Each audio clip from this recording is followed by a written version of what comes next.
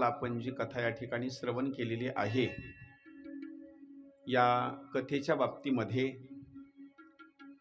कालपर्यंत आपण कथा अशी श्रवण केलेली आहे की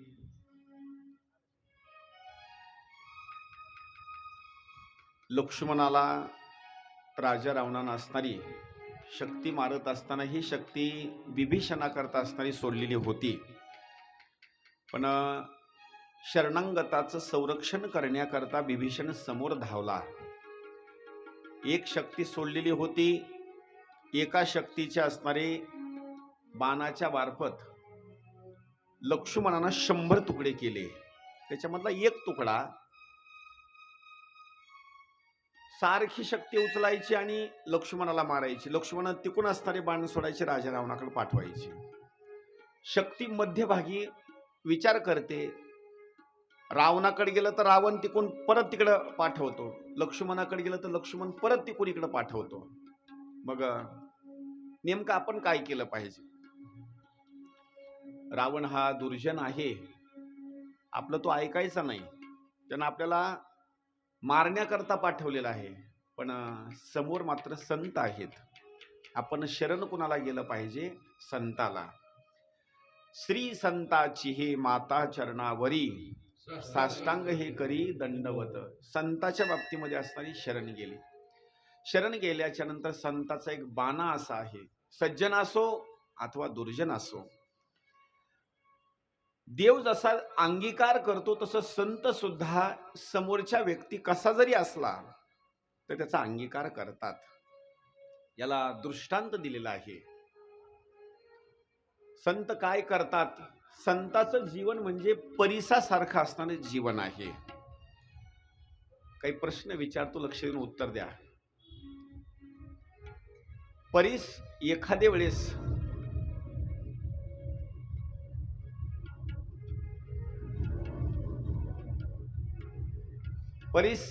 वेळेस लोखंडाला जर सोनं करायचं म्हटलं तर लोखंडाला सोनं करायचं म्हटल्याच्यानंतर परीस काय करतो?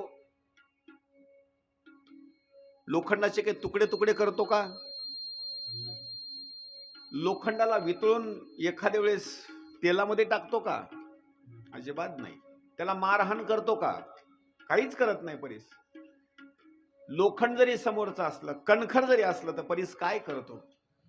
त्या लोखंडाला जाऊन नुसता स्पर्श करतो. नसेल लोखंडानं जरी परीसाला स्पर्श केला तरी सोनच आहे, आणि सोन्यानं जरी लोखंडाला स्पर्श केला तरी त्याचं सोनच आहे. माऊली वर्णन करतात, लोहाचे आंग तूक न तोडिताची कनक, केले जैसे देख परिसे तेने. लोखंडाला तोडीत नाही, मारत नाही, काही नाही. तसं संत काय करतात? कोणी जरी त्यांच्याकडे गेलं ना, त्याला सुद्धा आपल्या सारखंच बनवून टाकतात.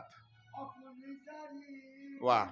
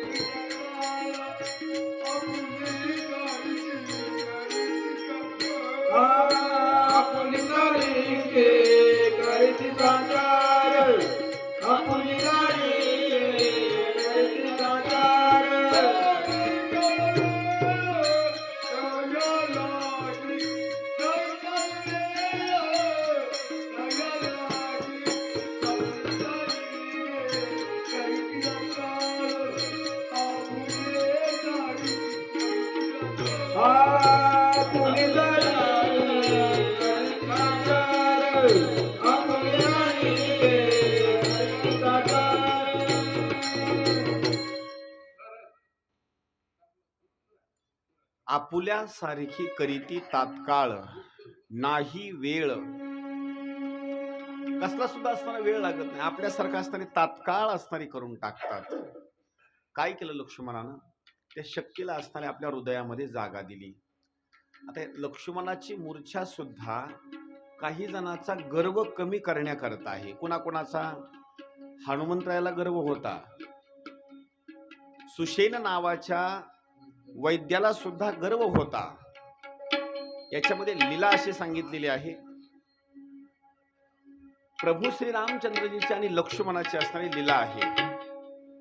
या लीलेच्या बाबतीमध्ये गर्व कमी करण्याकरता लक्ष्मणजीची असणारी मूर्छा आहे. शक्तीला हृदयामध्ये जागा दिलेली आहे.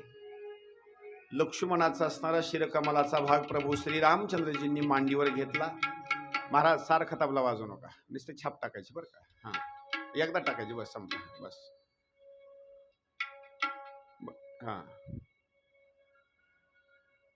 शिरकमल मांडीवर घेतलं. मांडीवर घेतल्याच्या नंतर भगवंतानं रडण्याकरता सुरुवात केली.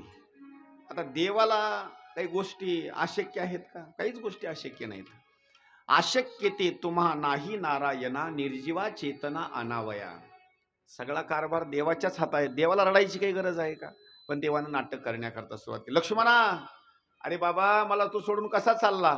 माझ्याकरता वनवास मला भेटला होता आणि माझ्याकरता तू अरण्यामध्ये आला. लक्ष्मणाचा चेहरा बघत असताना असा केसावून हात फिरवायचा आणि देवानं रडण्याकरता सुरुवात केली.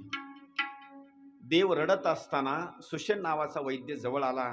वानर रडू लागले. सुषेण नावाचा वैद्य रडू लागला. सुषेण नावाच्या वैद्यानं सांगितलं, देवा रडू नका, मी डॉक्टर आहे, मला संपूर्ण कळतं, मी नाडी परीक्षा करतो. जुन्या काळामध्ये नाडी परीक्षेचा असणारा भाग. सुषेण नावाच्या वैद्यानं नाडी बघितली आणि नाडी बघितल्याच्या नंतर छातीवर असा हात ठेवला. प्रभू श्री रामचंद्रजीला सांगितलं, रडू नका, आणखी प्राण निघून गेला नाही, प्राण आणखी आहे. फक्त एवढीच गोष्ट आहे, लक्ष्मणाला मी वाचवू शकतो, पण मला औषध आणून देणं गरजेचं आहे. करोनाच्या कालावधीमध्ये डॉक्टरने सांगितलं, पेशंटला जर वाचवायचं असेल तर एक इंजेक्शन 20-20 हजार रुपयाचं द्यावं लागेल. लोकांनी दिले का नाही इंजेक्शन? 20-20, 25-25 हजार रुपयाचे इंजेक्शन दिले. भेटत नव्हते जरी जाऊन आणले. काही वाचले आणि काही नाही वाचले. सुषेण नावाच्या वैद्यानं सांगितलं, मला जर तुम्ही अशी औषधे आणून दिली तर मी 100% लक्ष्मणला मरू देणार नाही, मला औषध आणून देणं गरजेचं आहे. त्यावेळेला सुंदर स्वरूपामध्ये सुषेणाचा गर्व कमी करण्याकरता देवानं परत रडण्याकरता सुरुवात केली. अरे सुषेणा, औषध आणून देता येईल, पण आणण्याकरता कोण आहे? हनुमंतरायाने आतापर्यंत जेवढे कार्य केले होते का नाही, कुठल्याही कार्याला पुढं थोडासा गर्व झाला. हनुमंतरायाची लीला आहे, थोडासा गर्व झाला. देवा रडू नका, सुषेण नावाचा वैद्य जर औषध आणून दिल्याच्या नंतर जर लक्ष्मणाला उठवत असेल तर मी जाऊन आणतो औषध. सुषेणानं सांगितलं, औषध आणत असताना सकाळचा सूर्य उदय होण्याच्या अगोदर जर औषध आणून दिलं तर त्याचा उपयोग होईल. सूर्य उदय झाल्याच्या नंतर जर औषध आणून दिलं तर लक्ष्मणाला मी उठवू शकत नाही. त्याला एक नियम आहे बरं का. डॉक्टर सांगतो, माझ्या गोळ्या घ्यायच्या असतील, औषध घ्यायचं असेल तर पथ्य सांगतो, वांग खायचं नाही, भात खायचा नाही, बस. आणि जेवण केल्याच्या नंतर या गोळ्या खायच्या, निवांत झोपायचं. म्हणजे हे पथ्य आहे बरं का. तसं आपल्याला सुद्धा भवरोग झाल्याच्या नंतर देव आपलासा करायचा असेल, कुठले कार्य करायचे असतील तर आपल्याला सुद्धा संतांनी एक पथ्य सांगितलेलं आहे. कुठल्याही गोष्टीला औषध जर तुम्हाला पाहिजे असेल तर एक पथ्य सांगितलेलं आहे. एवढं तुम्ही औषध घ्या आणि त्याला पथ्य आहे, एवढं पथ्य तुम्ही पाळा, तुम्हाला कसलीच बाधा होणार नाही. तुकोबाराय सांगतात, पथ्य नाम विठोबाचे, पथ्य नाम विठोबाचे, पथ्य नाम विठोबाचे, पथ्य नाम विठोबाचे, पथ्य नाम विठोबाचे, पथ्य नाम विठोबाचे, पथ्य नाम विठोबा,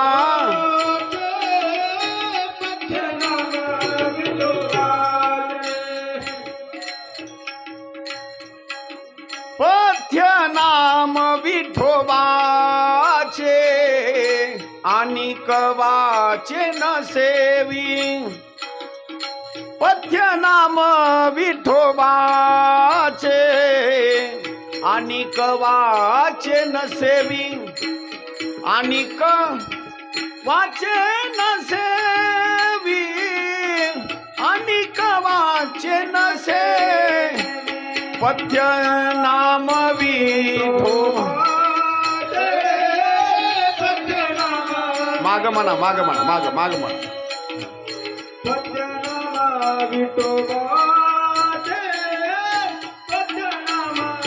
बोला पथ्य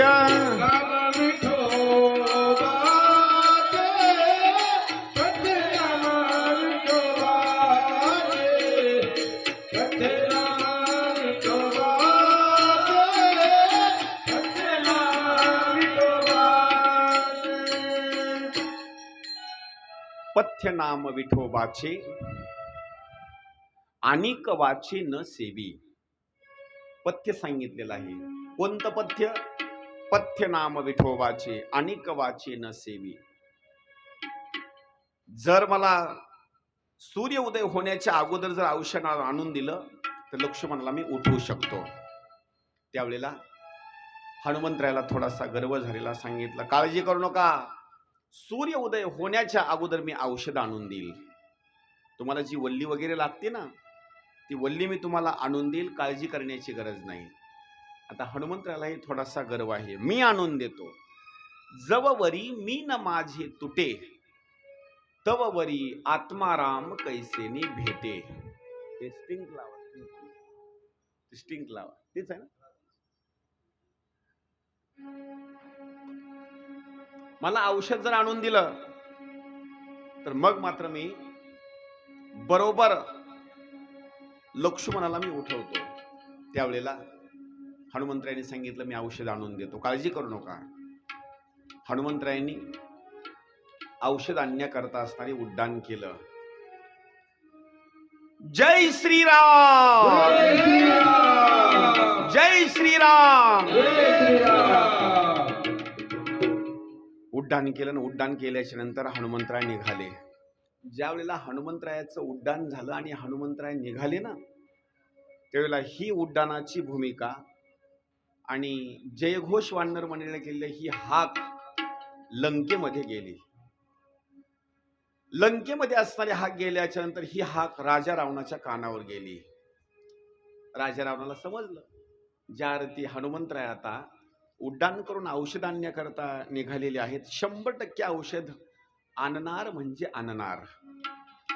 जर औषध आणलं आणि औषध आणल्याच्या नंतर हे जर औषध सुषेणाजवळ जर दिलं तर सुषेण 100% असणारा मग लक्ष्मणाला उठवणार. आणि लक्ष्मणाला जर उठवलं ना पुन्हा मात्र मी युद्धामध्ये जिंकणार नाही.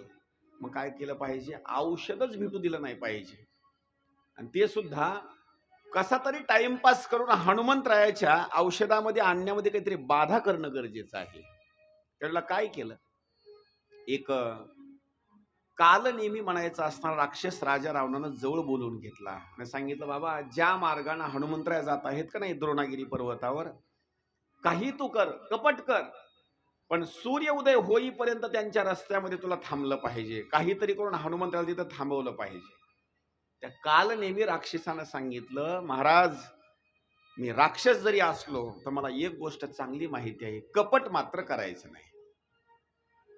कपट कधी करायचं नाही. त्याचं कारण एक आहे, ज्यांनी ज्यांनी आतापर्यंतच्या कालावधीमध्ये कपट केलं का नाही त्या कपटाचं कधी सुद्धा कपट करणाऱ्या माणसाचं चांगलं झालं नाही. मोठ्या देवतेचा दृष्टांत देतो महाराज, मध्ये फक्त छाप टाकायची बरं का, हा आणि बस असे, हा संगीत आम्हाला चालू आहे की नाही. आतापर्यंत ज्या ज्या मंडळींनी कपट केलं त्यांचं कधी चांगलं झालं?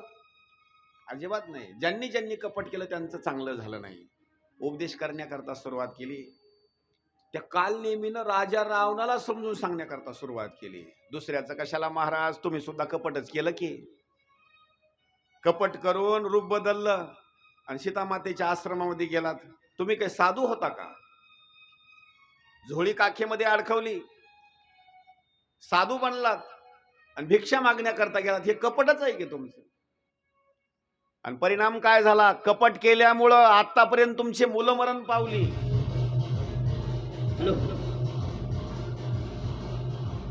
भाऊ मरण पावला. आतापर्यंत कोण मरण पावलं नाही तुमच्यापैकी? तुम्हाला दुःख होण्याला कारण जर काय असेल तर दुःख होण्याला कारण सांगितलंय फक्त असणार कपट. बरं, आतापर्यंत राक्षसाचं कपट सोडून द्या. आतापर्यंत कपट अनेक जणांनी केलं, कुणालाही सुख प्राप्त झालं नाही, प्रत्येकाला दुःखच प्राप्त झालं. याच्याकरता एक दृष्टांत आणिक सांगतो. राक्षसानं राजा रावणानं कपट केलं, त्याला दुःख मिळालं. देवानं सुद्धा कपट केलं. शिव महापुराणामध्ये कथा आहे, जालंधर आणि वृंदा. भगवान विष्णूनं जालंधराचं रूप घेतलं आणि पतिव्रता असणाऱ्या वृंदेकडे गेला. गेल्याच्या नंतर तिचं पतिव्रता पद असणारं नष्ट करून टाकलं, कपट केलं. परिणाम काय झाला? वृंदेनं शाप दिला आणि शापाच्या पायी प्रभू श्रीरामचंद्रजीला आज वन वन फिरावं लागलं. पत्नीची आणि पतीची ताटातोड झाली. कशामुळं माहिती? कपटामुळं. बरं का, जर देवानं कपट केल्याच्या नंतर यांना जर एवढं दुःख मिळत असेल तर आपल्या कपटाचं कुठं मांडायचं? आपल्या कपटाचं कुठं मांडायचं? आपण सुद्धा कपट करतो बरं का. काही महिला सुद्धा कपट करतात. तूप असतं का नाही, तूप, त्या तुपामध्ये काही डालडा मिसळतात. ओरिजिनल आहे, वाज घेऊन बघा, हे कपटच आहे बरं का. हे कपटच आहे. दुधामध्ये सुद्धा कपटच आहे. आताच दूध काढलं, बादली घेऊन जातानाच पाणी मध्ये, हे कपटच आहे. जर देवता मंडळीला कपट केल्याच्या नंतर जर सुख प्राप्त होत नसेल, त्यांना दुःख मिळतं, तर आपल्यासारख्याचं कुठं मांडायचं? आपल्याला सुद्धा दुःखच मिळणार. दुसरा दृष्टांत आहे का, देवानं कपट एका राक्षसासोबत, नवे नवे दैत्याच्या सोबत केलं, बळी सोबत. त्याला एक प्रमाण देतो, तुका म्हणी बळी जीव दिला पाया तळी. वामन भगवंत त्या बळीच्या यज्ञामध्ये गेले, बारकं रूप धारण केलं, एकदम छोटं रूप, ब्राह्मणाचा असणारा वेश घेतलेला, आणि भिक्षा मागण्याकरता गेले तिथं. त्यावेळेस बळीला असं वाटलं की ब्राह्मण आलेला आहे, काहीतरी धन धान्य वगैरे मागल. बळीच्या यज्ञामध्ये गेल्याच्या नंतर वामनानं कपट केलं. वामन भगवंतांनी काय सांगितलं? बळी, तुला जर काही द्यायचं असेल तर मला 3 पावलं जागा दे. त्या बळीला काय वाटलं, 3 पावलं म्हणजे जागा किती असते? किती जागा होईल? जास्तीत जास्त 5-6 फूट जागा होईल बरं. लांबी 6 फूट होईल, रुंदी 6 फूट होईल. बळी उदार अंतकरणाचा होता. देव बाप्पा, तुम्ही घरी आलात, मागून मागून काय मागता? 3 पावलं जमीन, काय तुमची इच्छा आहे? त्या वामनानं सांगितलं, बळी, जसा तुझा यज्ञ चालू आहे का नाही, मला सुद्धा यज्ञापुरतीच जागा पाहिजे. मला उदार अंतकरणाचा तो दैत्य होता, पण कपट नव्हतं त्याच्याजवळ, कपट अजिबात नव्हतं. गुरु आले तिथं, गुरु आले, आणि गुरु आल्याच्या नंतर गुरुनं काय केलं? सांगितलं, हा असणारा देव आहे आणि देव कपट करण्याकरता तुझ्याजवळ आलेला आहे, जमीन देऊ नको. देव कपट करतो, पण दैत्य मात्र मोकळ्या मनाचा आहे. आणि माणसानं कपटी राहो का मोकळ्या मनाचं राहो? कसं राहो माणसानं? मोकळ्या मनाचं राहो. आणि मोकळ्या मनाचं का राहो ते पण आहे का बरं का, त्याला झटका होत नाही. जो मोकळ्या मनाचा राहील का नाही, त्याला झटका काही होत नाही. कशा करता? हार्ट अटॅक वगैरे येत नाही. कपटी माणसं काय करतात? सगळं घेऊन घेऊन घेऊन साठवून साठवून साठवून इथं ठेवतात. मग एकदा स्फोट होतो, कप कोण करतो, निघून जातो. मग माणसानं मोकळ्या मनानं राहायचं. आणि आणखी गोष्ट लक्षात ठेवा, जास्त हे झटके, हार्ट्याचा झटका हे सगळ्यात जास्त जर कुणाला येत असेल तर महिलेपेक्षा पुरुष मंडळीला जास्त येतो बरं का. कशा करता माहिती का? किती जरी दुःख झालं, काही जरी घटना झाली, तर माणसं काय करतात? दुसऱ्याला सांगत नाहीत. पत्नीनं भाकर नका देऊ द्या, दुसऱ्याला सांगतात का? बाहेर जाऊन बाहेर बोलत नाहीत, झाकली मुठसावा लागते, बाहेर काहीच सांगत नाहीत. एखाद्या वेळेस मालकानं जर मालकिनीला मारलं तर ती पत्नी का बसते का? कडू भाड्यानं रात्री लय मारलं मला, ती मनात ठोत नाही, मनात ठोत नाही, अजिबात नाही, लगेच सांगून टाकणार बरं का, लगेच सांगून टाकणार, म्हणजे अशी मोकळ्या मनाची बिचारी. आणि महिला मंडळीच्या बाबतीमध्ये वर्णन केलंय, असं शरीरामध्ये काही सुद्धा राहणार नाही. आता विनोदामध्ये तुम्हाला सांगतो, मी भरपूर ठिकाणी जातो का नाही कार्यक्रमाला, एखाद्या पुरुषाचं वर्णन केलं का नाही त्यांच्या पत्नीच्या जवळ, अहो त्यांचा स्वभाव काय वर्णन करावं, एकदम शांत आणि गरीब गरीब गरीब असणारा स्वभाव. ती मालकीन काय म्हणते माहिती का? तुम्हाला काय सांगावं महाराज आणि काय नाही, मी म्हणून नांद देऊ का आता. ही बोलण्याची भाषा बर का, म्हणजे थांबत नाहीत. पण पुरुष काय करतो, सगळं दुःख मध्ये सहन करतो. माणसानं जीवन जगत असताना मोकळ्या मनानं असावा, काही ठेवायचं नाही. आमचे जसे विठ्ठल पाटील आहेत का नाही, तोंडाला आलं की सुरूच, बस बंद नाही, मग मोकळ्या मनानं आपलं बस, म्हणजे मध्ये काही ठेवत सुद्धा नाही. असं मोकळ्या मनानं काय असेल ते असं. त्याचं कारण एक आहे, तुकोबरायचं एक प्रमाण आहे, मोकळे मना रसाळवाणी, मोकळे मना रसाळवाणी, याची गुणी संपन्न, याची गुणी संपन्न,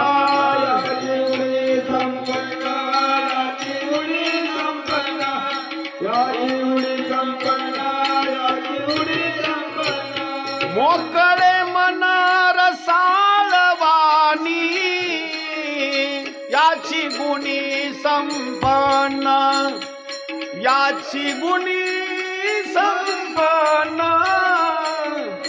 याची गुणी संपन्न.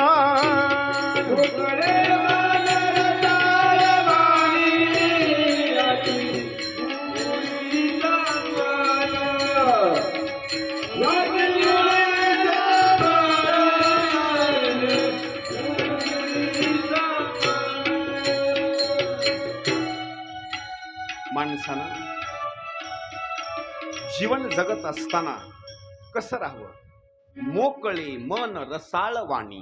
माणसानं कसं राहावं, मोकळ्या मनानं असं राहावं बरं का. काही माणसं बोलत बोलत म्हणतात, अहो तो माणूस म्हणजे मोकळ्या मनाचा आहे बरं का, मोकळ्या मनाचा. आणि काही असे असतात, कपट करून कपट करून कपट करून त्यानं किती तोंडाला पावडर लावू द्या, याचा अर्थ काय होतो माहिती का? सारखा नाराज, म्हणजे कपट करून कपट करून. शेजाऱ्यानं जर बोर घेतला तर ह्याच्या चेहऱ्यावर का नाही, मशीन जाईपर्यंत असा वाळून गेलेला चेहरा असतो. आणि ते कधी खुलतं माहिती का? मशीन एकदा शेताच्या बाहेर गेली आणि त्याला बातमी सांगितलं का नाही, फेल गेला बोर, हा बरं झालं बरं का, मग खुलतो ती बरं का. नाही तर मशीन लावली की नुसतं असा मधून नुसतं असं आट्याच पाहिलं, पाणी जातं बरं का, बोर जातं, पाणी जातं, विहिरीत जातं, राहत नाही. अरे माणसानं जीवन जगत असताना कसं असं मोकळ्या मनानं असं राहावं. देवानं कपट केलं, 3 पावलं जमीन मागण्याकरता गेला, शेवटी दैत्य होता. पण दैत्यानं सुद्धा, देव जाणून सुद्धा त्या दैत्याने एक निर्णय घेतला, अरे सगळे भक्त देवाकडे जातात आणि देवाला मागणी मागतात, सगळे भक्त देवाकडे जातात आणि मागणी मागतात, काहीतरी आम्हाला द्या, काहीतरी आम्हाला द्या म्हणून प्रत्येक भक्त देवाकडे जातो आणि मागतो. आता आपण इथं सगळे बसलात का नाही, सगळे जाऊन देवाकडे मागतो, मागतो का नाही आपण? माझ्या सहित बरं का. काही जरी नाही मागितलं तरी दर्शन घेतल्याच्या नंतर म्हणतात सुखाचं ठेव, मागितलं का नाही. म्हणजे प्रत्येक असताना भक्त काहीतरी जाऊन मागतो.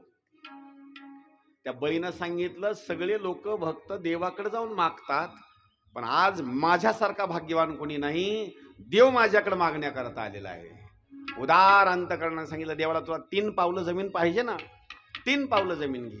बळीनं 3 पावलाचा असणारा संकल्प सोडला आणि संकल्प सोडल्याच्या नंतर वामनानं 3 पावलं जमीन घेण्याकरता, एका पावलानं पृथ्वी, दुसऱ्या पावलानं स्वर्ग आणि तिसऱ्या पावलानं सांगितलं, आता कुठं ठेवू पाऊल? बळीनं सांगितलं माझ्या डोक्यावर ठेवा. देवानं त्याला कपट करून सुतळ लोकामध्ये घातलं, पण शेवटी कपट देवाला पश्चाताप असा झाला, त्या कपटामुळं देव प्रसन्न झाला आणि बळीला सांगितलं, बळी मी तुझ्यावर प्रसन्न आहे बाबा, 3 पावलं मला तू जमीन दिली ना, मी तुझ्यावर प्रसन्न आहे, काहीतरी वरदान माग. मग देवानं कपट केलं होतं का नाही म्हणलं, आता देवाला सुद्धा धडा शिकवणं गरजेचं आहे. देवानं कपट केलं, फसवलं ना मला. सांगितलं जोपर्यंत माझं राज्य इथं आहे का नाही देवा, तोपर्यंत वॉचमॅनचं काम तू करायचं. आज सुद्धा वामन भगवंत बळीच्या राज्याच्या बाहेर गेट जवळ वॉचमॅनचं काम करण्याकरता वामन उभा आहे. याला प्रमाण देतो द्वारपाळ बळी. बोला, ओळ म्हणत नाही, ओळ म्हणत नाही तर तुम्ही. ऊच नीच काही नेने भगवंत, तिष्ठे भाव भक्त देखोनिया, दासी पुत्र कन्या विदुराच्या भक्षी, दैत्या घरी रक्षी प्रल्हादासी, चर्म रंगू लागे रोहिदासा संगे, कबीराचे मागे शेले बिनी, सज्जन कसाया विकू लागे मास, माळ्या सावत्यास खुरपू लागे, नरहरी सोनारा घडू फुंकू लागे, चोख्या मेळ्या संगे ढोरे ओढी, नाम याची जनी सवे वेची सेनी, धर्मा घरी पाणी वाहे झाडी, नाम्या सवे जेवी नव्हे संकोचित, ज्ञानी याची भिंत अंगे ओढी, अर्जुनाचे रथी होय हा सारथी, भक्षी पोहे प्रीती सुदाम्याचे, गवळी याचे घरी अंगी गाई वळी, आणि द्वारपाळ बळी. अलग लक्षात, गवळी याचे घरी अंगी गाई वळी आणि द्वारपाळ बळी द्वारी झाला. देवानं कपट केलं म्हणून आज सुद्धा संरक्षणाचं काम तिथं आहे. त्या काल नेमीनं राजा रावणाला सांगितलं कपट करणं मात्र चांगलं नाही. कपट कोणाला सुद्धा करणं चांगलं नाही. त्याचं कारण एक आहे, ज्यांनी ज्यांनी कपट केलं त्यांच्या पदरामध्ये दुःखच असणार मिळालं. त्यावेळेस राजा रावणानं सांगितलं मग तुला मी वाचू देणार नाही, मी तुझा शिरच्छेद करणार, ठार करून टाकणार.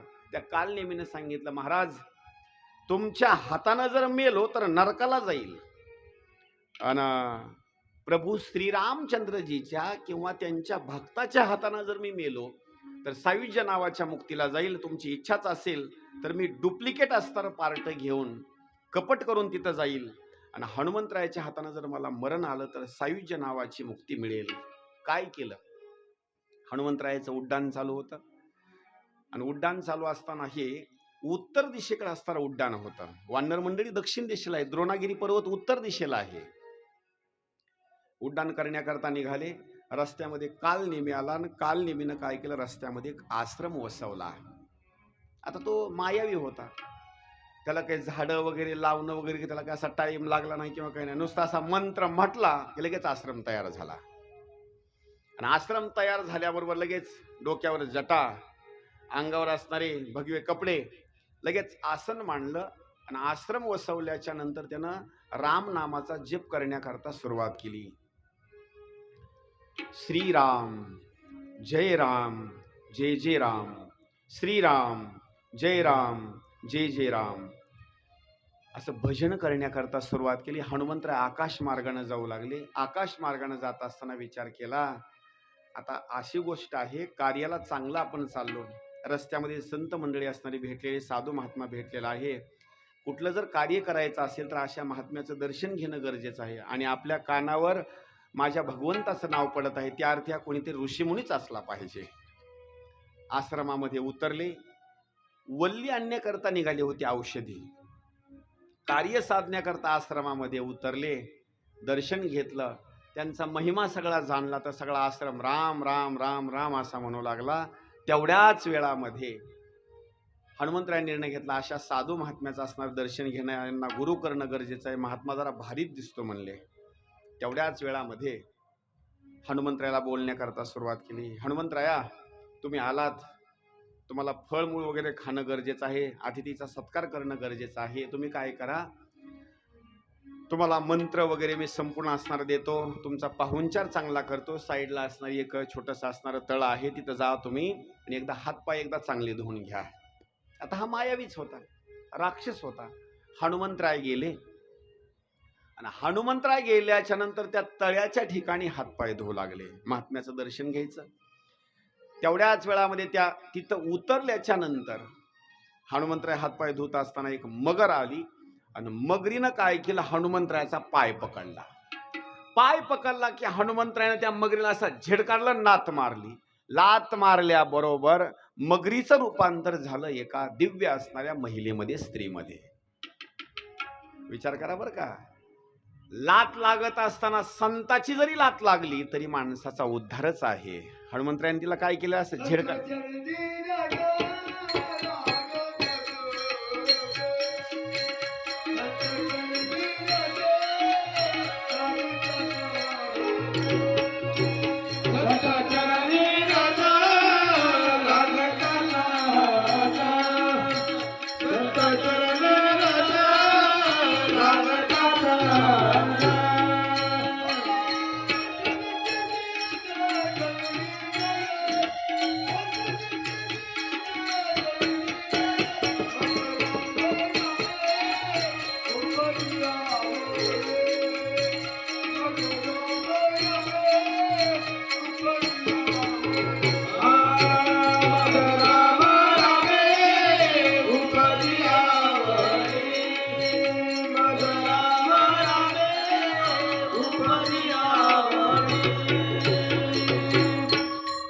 संत चरणी रज लागता सहज, वासनीचे बीज जळोनी जाय.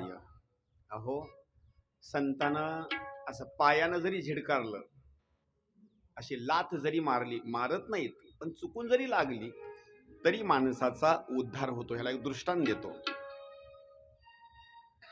एखाद्या माणसानं काय केलं किंवा एखाद्या परिसानं काय केलं, मला भांडण खेळायचं आहे कुणासोबत, सोन्यासोबत.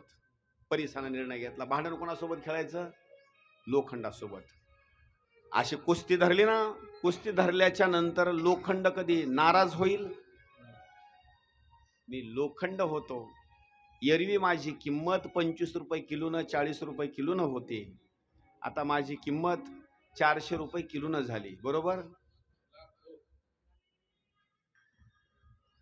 अहो, परिसानं जर लोखंडाच्या सोबत जर भांडण खेळलं तर आज जो बिचारा 40 रुपये किलोनं विकणारा होता त्याची काय किंमत होईल सांगता येईल आपल्याला. अहो, 1 ग्रॅम घ्यायचं म्हटलं तर किती हजार लागले दादा. मला वाटतं तुमच्याकडे कोणी घेत नाही जण.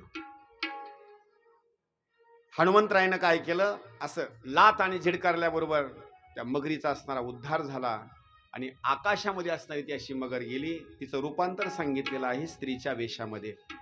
हनुमंतरायाचं तिथून दर्शन घेतलं. जय श्रीराम.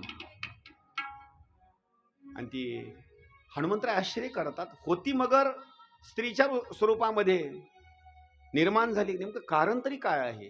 त्या मगरीनं सांगण्याकरता सुरुवात केली, हनुमंतराया, मी शापाच्या बाबतीमध्ये इथं होते.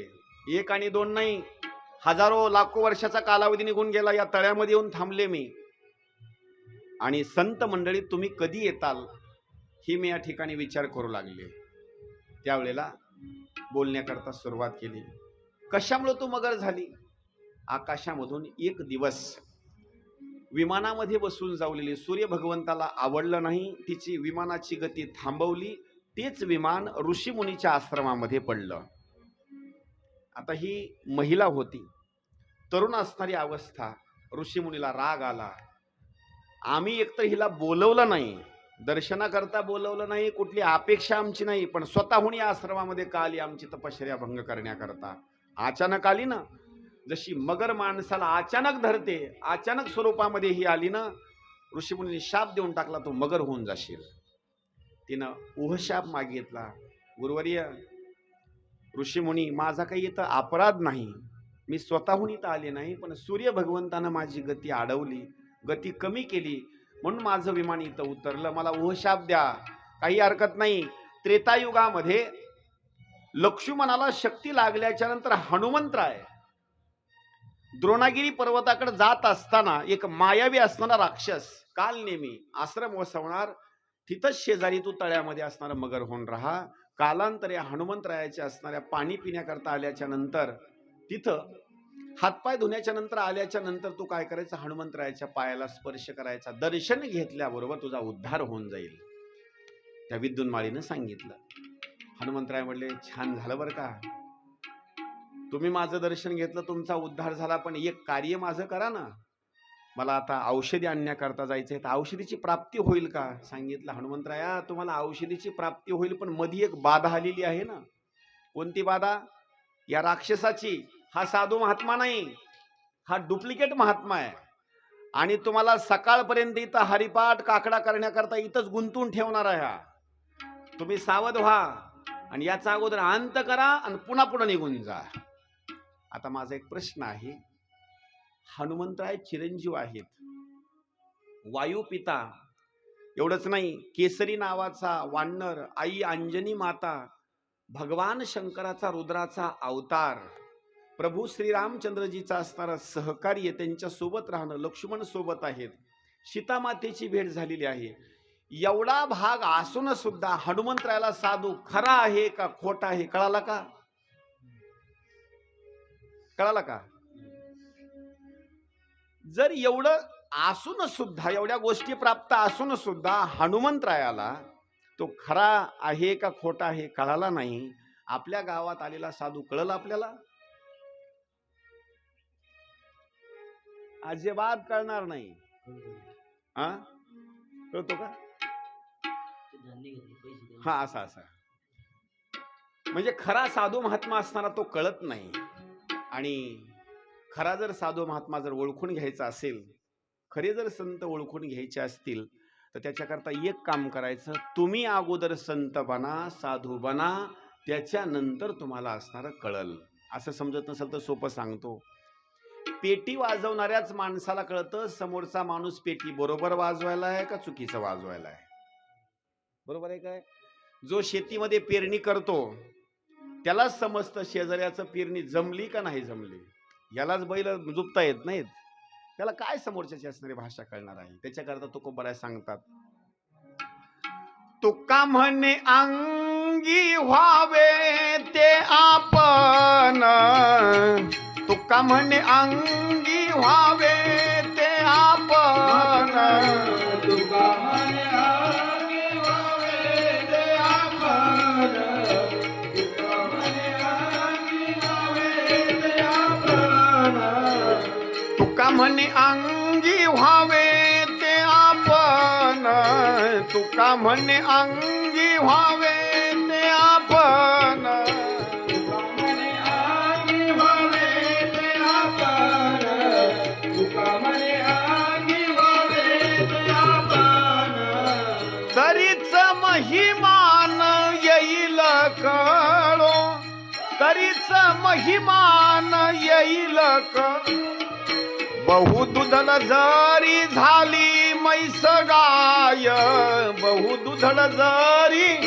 झाली म्हैस गाय, तरीच महिमान येईल कळो, तरीच महिमान येईल, बहु दुधळ जरी झाली म्हैस गाय.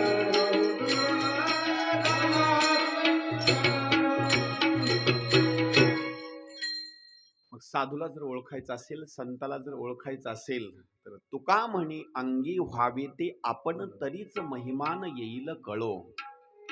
हनुमंतरायाला समजलं हा तर डुप्लिकेट साधू आहे, याला तर मी खरा समजू लागलो. हनुमंतराय तिकडून गदाच घेऊन आले. असा गदा खांद्यावर. साधू महात्म्याला असं वाटलं की आता येतील, माझं दर्शन घेतील, मी एखादा ह्यांना मंत्र देईल आता, असं साधू महात्म्याला वाटलं. हनुमंतराय जवळ आले की काल नेमीने सांगितलं, हातपाय धुले ना, हा आता बसा इथं, थोडासा आपण नाश्ता वगैरे करू, तुम्हाला मी गुरुमंत्र देतो, गुरुमंत्र दिल्याच्या नंतर तुम्ही मला दक्षिणा द्या. नियम असतो बरं का, म्हणजे अगोदर मंत्र वगैरे घ्यायचा असतो, माळ घालायची असते, पुन्हा मग 10-5 रुपये दक्षिणा द्यायचा असतो. हनुमंतरायाने सांगितलं, माझ्याजवळ वेळ थोडासा कमी आहे, अगोदर तुम्ही एक काम करा, अगोदर गुरुदक्षिणा घ्या. शब्द कळतो का तुम्हाला? मला मंत्र पुन्हा द्या, अगोदर मी तुम्हाला गुरुदक्षिणा देतो, माळ मला तुम्ही पुन्हा घाला, मला जरा थोडंसं काम आहे अर्जंट बरं का. हनुमंतरायाची गुरुदक्षिणा म्हणजे आपल्यासारखी पैशाची गुरुदक्षिणा नसते. हनुमंतरायांनी गुरुदक्षिणा देण्याकरता गदा वर केला, दोन्ही हातामध्ये पकडला. तुम्ही जसं ते काय म्हणता त्याला, खुटा ठोकता का नाही हा, असा गरगर गरगर गदा फिरवला, एकच टोक्यात टाकला, त्याला जाग्यावर संपला तो. ही हनुमंतरायाची असणारी लीला आहे. हनुमंतरायांनी काल नेमीला संपवून आकाश मार्गाने उड्डाण केलं. जय श्रीराम. उत्तर दिशेला द्रोणागिरी पर्वताच्या जवळ असणारे गेले. रात्रीची वेळ, रात्रीच्या वेळेमध्ये असणारं तिथं जे औषधी होत्या का नाही, ज्या आणायच्या होत्या, या औषधी कोणत्या ते ऐका बरं का अगोदर. पर्वताचं नाव आहे द्रोणागिरी. नाव काय आहे? द्रोणागिरी. औषध इथून घ्यायचं आहे आणि औषध इथून घेऊन या वल्लीला असणारं चूर्ण करणं, पाणी बाहेर काढणं, औषध कुणाला द्यायचं आहे? लक्ष्मणाला. महाराज छापमध्ये टाकू नका.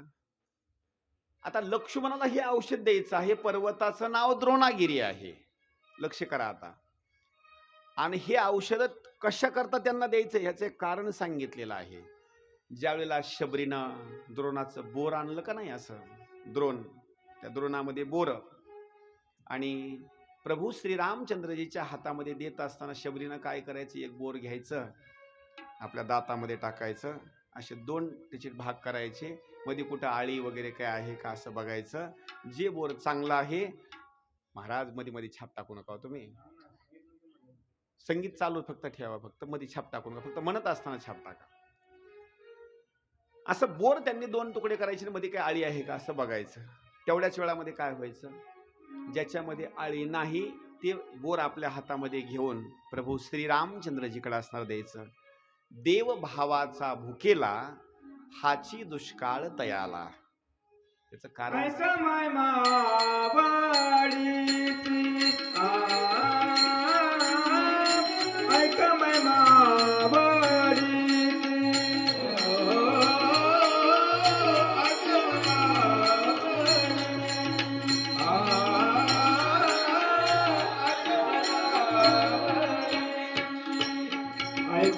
मावडीची गोरे खाय भिलनीची, ऐका मावडीची गोरे खाय भिलनीची. ओ प्रेम प्रेमाचा भूकेला, ओ थोर प्रेमाचा भूकेला. ऐका मावडीची गोरे खाय भिलनीची, ऐका मावडी गोरे खाय भिलनीची.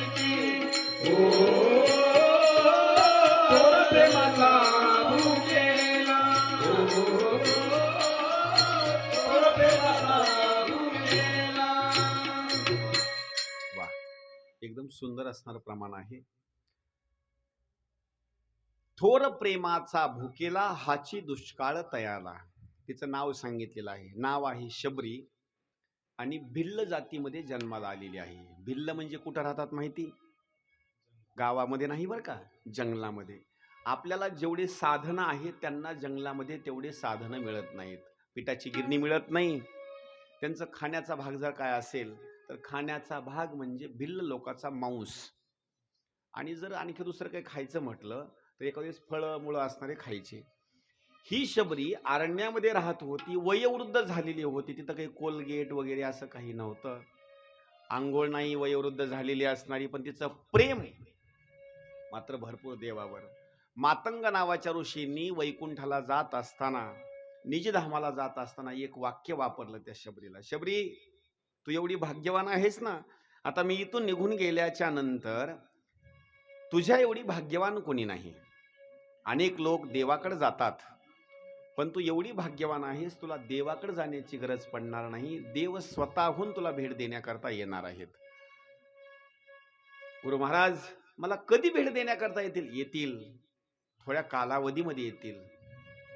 त्यांनी दररोज असणारं वाट पाहण्याकरता सुरुवात करायची. दररोज बोर असणारे हे करायचे, आणायचे, दुरण भरायचं, आणि संध्याकाळच्या वेळेला काय करायचं, देव नाही आले की बोर असणारं ते मग दुरण असणारं टाकून द्यायचं. वयोवृद्ध झालेली ती शबरी, वयोवृद्ध झालेली. ज्यावेळेस प्रभू श्रीरामचंद्रजी आणि लक्ष्मण आपल्या आश्रमामध्ये आले, देवाला बोर दिलं. देवानं काय केलं, तिच्या शरीराकडे बघितलं नाही, शरीराकडे बघितलं नाही, फक्त तिचा भाव बघितला आणि भावामुळं काय केलं, ते बोर खाण्याकरता सुरुवात केली. आता हे जसं प्रमाण आहे का नाही, मी एका गावामध्ये कमीत कमी 10 ते 20 वर्षापासून जातो बरं का. फक्त गावाचं नाव सांगत नाही, म्हणजे कोणी जाऊन तिथं सांगल बरं का. फक्त आता रामभाऊ कांबळेला माहिती आहे, कारण आम्ही दोघंजण जेवायला सोबत बसलो होतो.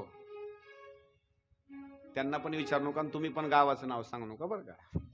हां, आम्ही दोघंजण जेवण्याकरता बसलो आणि जेवण्याकरता बसल्याच्या नंतर मी अशी खाली मान घातली.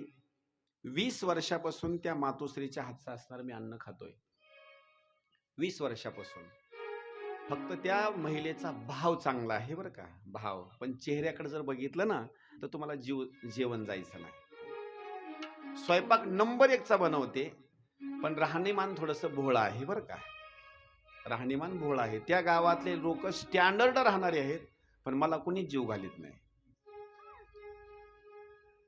त्या महिलेचं राहणीमान भोळा आहे, स्वयंपाक चांगला आहे. आम्ही दोघंजण जेवण्याकरता बसलो. जसं लक्ष्मणाला जीव वाटलं नाही का नाही, तसं रामभाऊ कांबळेला बी जीव वाटलं नाही बरं का. यांनी अर्धी भाकरी थोडी कमीच खाल्ली त्या दिवशी. मी ओळखून घेतलं, पण यांना काही बोलून दाखविलं नाही मी बरं का. मग जेवण वगैरे झाल्याच्या नंतर त्यांना मी समजून सांगितलं, शरीराकडे मात्र बघू नका, भोळा भाव आहे पण स्वयंपाक छान आहे. म्हणजे मी कुठं काय म्हणलो, म्हणजे मी खाल्ले ना म्हणले. पण एखाद्या माणसाचा भाव श्रेष्ठ असतो. तिथं सुद्धा तुम्ही एक काम करायचं, खाली मान घालायची, शरीराकडे बघायचं नाही बरं का, त्याचा भाव बघायचा. एखाद्याला शरीराच्या बाबतीमध्ये तापटीपणा राहणं होत नाही शक्य, पण त्याचा स्वयंपाक वगैरे छान असतो बरं का. इथं सुद्धा काय केलेलं देवानं माहिती, बोर हातामध्ये घेतल्याच्या नंतर शबरीच्या शरीराकडे नाही बघितलं, अजिबात नाही बघितलं शरीराकडे. काय केलं, बोर हातामध्ये घेतलं, फक्त बोराकडे पाहिलं आणि तिचा भाव बघितला. देवानं बोर खाण्याकरता सुरुवात केली. पण बोर खात असताना विचार केला, माझ्यासोबत माझा भाऊ सुद्धा सोबत आलेला आहे, हा प्रसाद त्यांना सुद्धा देणं गरजेचं आहे. ते स्टिंग लावा बरं तुमचं.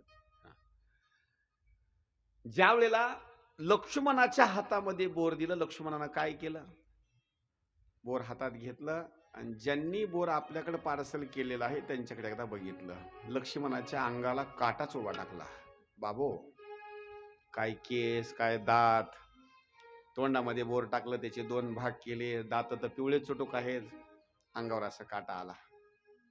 देवानं बोर घ्यायचं, अर्ध खायचं, अर्ध लक्ष्मणाकडे द्यायचं. लक्ष्मणानं इथपर्यंत घ्यायचं आणि मागं टाकून द्यायचं, म्हणजे कुणाला कळू नये. हात इथपर्यंत आणायचा आणि मागं टाकून द्यायचं. शबरीला कळालं नाही, शबरीला कळालं नाही बरं का. पण कुणाला जरी काही कळत नसेल तर देवाला कळतं का नाही, कळतं का नाही. आता तुम्ही मंडपात बसलात बरं का, मंडपात बसलेले कोण कोण माणसं आहेत, गावातल्या माणसाला जरी नाही कळालं त्याला बरोबर माहिती बरं का. इथले गिलास कोणी उचलले, कोणी झाडलं, कुणाला असं वाटत असेल मी झाडताना मला कुणीच बघितलं नाही, ती महिला घराकडे निघून गेली, पण देवानं मात्र बघितलं बरं का. देवानं बघितलं. इथला गुळ चोरून कोण खातं, वस्तू कोण चोरून नेतं, काय काय नेतं, कोणी जरी बघितलं नसेल त्यांना घरी येऊन जरी ठेवून दिल्या असल्या तर त्यांना एवढं चांगलं लक्षात ठेवायचं, मला गावातल्यानं कोणीच बघितलं नाही, पण देवानं बघितलं का नाही. देव सगळं बघतो, सगळं देवाला माहिती, कोण काय करतो कोण नाही, सगळं देवाला माहिती आहे. आणखी दृष्टांत देतो. मांजर आपल्या घरामध्ये येते, डोळे झाकते, दूध प्यायला चालू करते, त्याचे मांजरीचा अंदाज काय माहिती, मला कोणी बघत नाही, आणि घरातले सगळे माणसं बघतात का नाही. तसं देव आपण काय कार्य करतो देव बरोबर असणार बघतो बरं का. असं बोर पाठीमागं टाकल्याच्या नंतर देवाला राग आला. देव आपल्या भक्ताची अवहेलना झालेली देवाला जमत नाही. देवाची अवहेलना केलेली देवाला जमेल, पण भक्ताची अवहेलना केलेली देवाला जमत नाही. असं समजत नसेल तर सोपं सांगतो. एखाद्या लेकराच्या आईला जीव घातलं नाही तरी जमल, लक्ष करा, एखाद्या मातेला जीव जरी नाही घातलं तरी जमेल, पण त्या मातेच्या लेकराला जर घरी बोलवून घेतलं आणि त्या लेकराला जीव घातलं तर पोट लेकराचं भरतं, पण त्याच्या दुपटीनं पोट जर कुणाचं भरत असेल तर आईचं पोट भरतं. हा, आणि कधीही सांगतो बरं का, कुणाच्या घरी जाऊन तुम्हाला ते सगळं घर जर आपलंसं करायचं असेल तर मोठ्या माणसाला किंमत देऊ नका. लहान लेकराला जवळ बोलवून घ्या आणि खिशामध्ये हात घाला आणि 10 रुपये द्या, सगळं घर आपलं झालं बरं का. एक लीला आहे ही एक. देवाला ही गोष्ट सहन झाली नाही, देवानं लगेच निर्णय घेतला. लक्ष्मणा, तुला तोंडातून जर बोर खाण्याकरता जमत नसेल तर तुला दुसऱ्या मार्गाने मी चारणार. कळतं का बघा, काही जणाला इंजेक्शन जमत नाहीत, काही जणाला असे इंजेक्शन दिले जमत नाही, सुई बघितली की अंगावर काटा येतो. मग डॉक्टर लय हुशार असतो, काय करतो माहिती का, एकदा सलाईनची सुई लावतो बरं का, सगळे इंजेक्शन कशामध्ये सोडतो पुन्हा, सलाईन मध्ये. बरं का, हे सलाईन जर कुठून निघाला असेल तर ही लक्ष्मणापासून सलाईन निघालंय. तोंडातून तुला जमत नाही ना, मग सलाईनच्या वाटत तुला. मग हे जे बोर पाठीमागे टाकलेले आहेत का नाही, तर हे बोरापासून जे वल्ली निर्माण झालेली आहे, द्रोणामध्ये आणलेली बोर म्हणजे द्रोणागिरी पर्वत, त्याच्यामध्ये उगवलेली जी जडीबुटी आहे संजीवनी. संजीवनी म्हणजे न मरणारी, संजीवनी म्हणजे न मरणारी. संजीवनी संजीवनी वल्ली म्हणजे कोणती, शबरीची भक्ती म्हणजे संजीवनी. भक्ती ही कधी मरत नाही बरं का, कधी भक्ती मरत नाही. ही टाकलेली पाठीमाग बोर, त्याच्यापासूनच वल्ली ती निर्माण झाली, संजीवनी असणारी. ज्यावेळेला हनुमंतराय तिथे गेली ती वल्ली अशी चमकू लागली. चमकत असताना काय झालं, चमकायची, हनुमंतराय जवळ जायचे की तिला पकडायचे, लगेच ती गायब व्हायची, अशी दुसरीकडे जायची. तिथं पळत जायचे की आणखी तिला पकडायचे, परत वल्ली असताना ती गायब व्हायची, सापडायची. वल्ली शोधाशोध करण्याकरता सुरुवात केली. अनेक गंधर्व आले तिथं, गंधर्वासोबत घनघोर युद्ध केलं. गंधर्व असणारे हारले, पण हनुमंतराला ती वल्लीच सापडना, लक्षात पण येईना. काय करावं काय करावं काय करावं, वेळ झाला आता काय, सकाळ होण्याची वेळ आली, आता वल्ली गेली पाहिजे. हनुमंतराला सूचना नेमकं काय करावं, आता वल्ली तर सापडत नाही आपल्याला. देवाची प्रार्थना केली, देवा मी तर शपथ घेतली, मी तर तुम्हाला म्हणलो मी सूर्य उदय होण्याच्या अगोदर तुम्हाला मी औषध आणून देईल, वल्ली आणून देईल, वेळ तर आता संपत आली. देवा मला काही सुचत नाही, काहीतरी असणारी मला आज्ञा करा, काहीतरी बुद्धी द्या मला. देवाचं नाव घेतल्याबरोबर देवाने एक बुद्धी दिली. हनुमंतराया, तुला समजत तर नसल ना, तुला जर समजत नसेल तर तू एक काम कर, सगळाच द्रोणागिरी पर्वत उचलून इकडे घेऊन ये. जी वल्ली पाहिजे का नाही, इथं सुषेण नावाचा वैद्य स्वतःहून घेईल. सोपं बर का. काही गोष्टी ज्ञानाच्या बाबतीमध्ये सांगितलेल्या आहेत.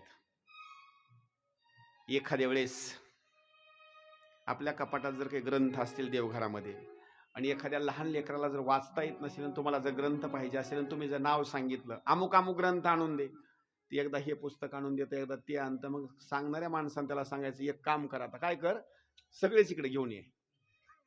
तुला समजत नाही ना, सगळेच इकडे घेऊन ये, मला जो लागेल तो माझी मी घेईल. आता प्रभू श्रीरामचंद्रजीने सांगितलं, हनुमंतराय तुला समजत जर नसेल ना बाबा, तेवढा द्रोणागिरी पर्वत उचलून घेऊन ये.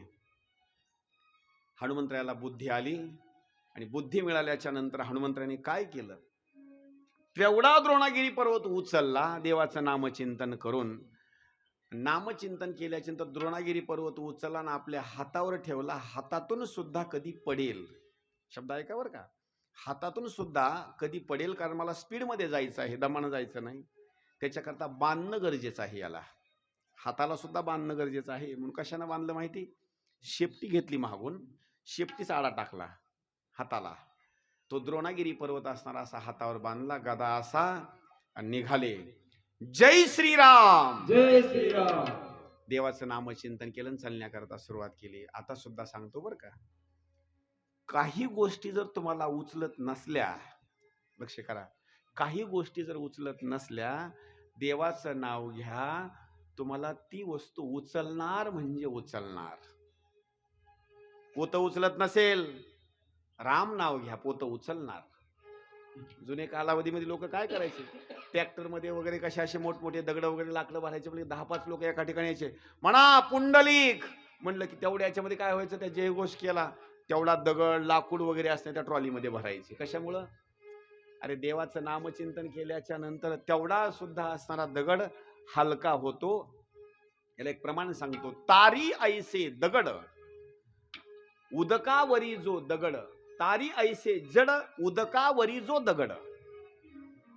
महाराज हनुमंतरायांनी पर्वत असा घेतला, निघाल्याच्या नंतर आकाश मार्गाने जाऊ लागले. रात्रीची वेळ, आणि रात्रीची वेळ असल्याच्या नंतर तो वेळ होता जास्तीत जास्त 2:30-3 वाजण्याचा बरं का रात्रीचा.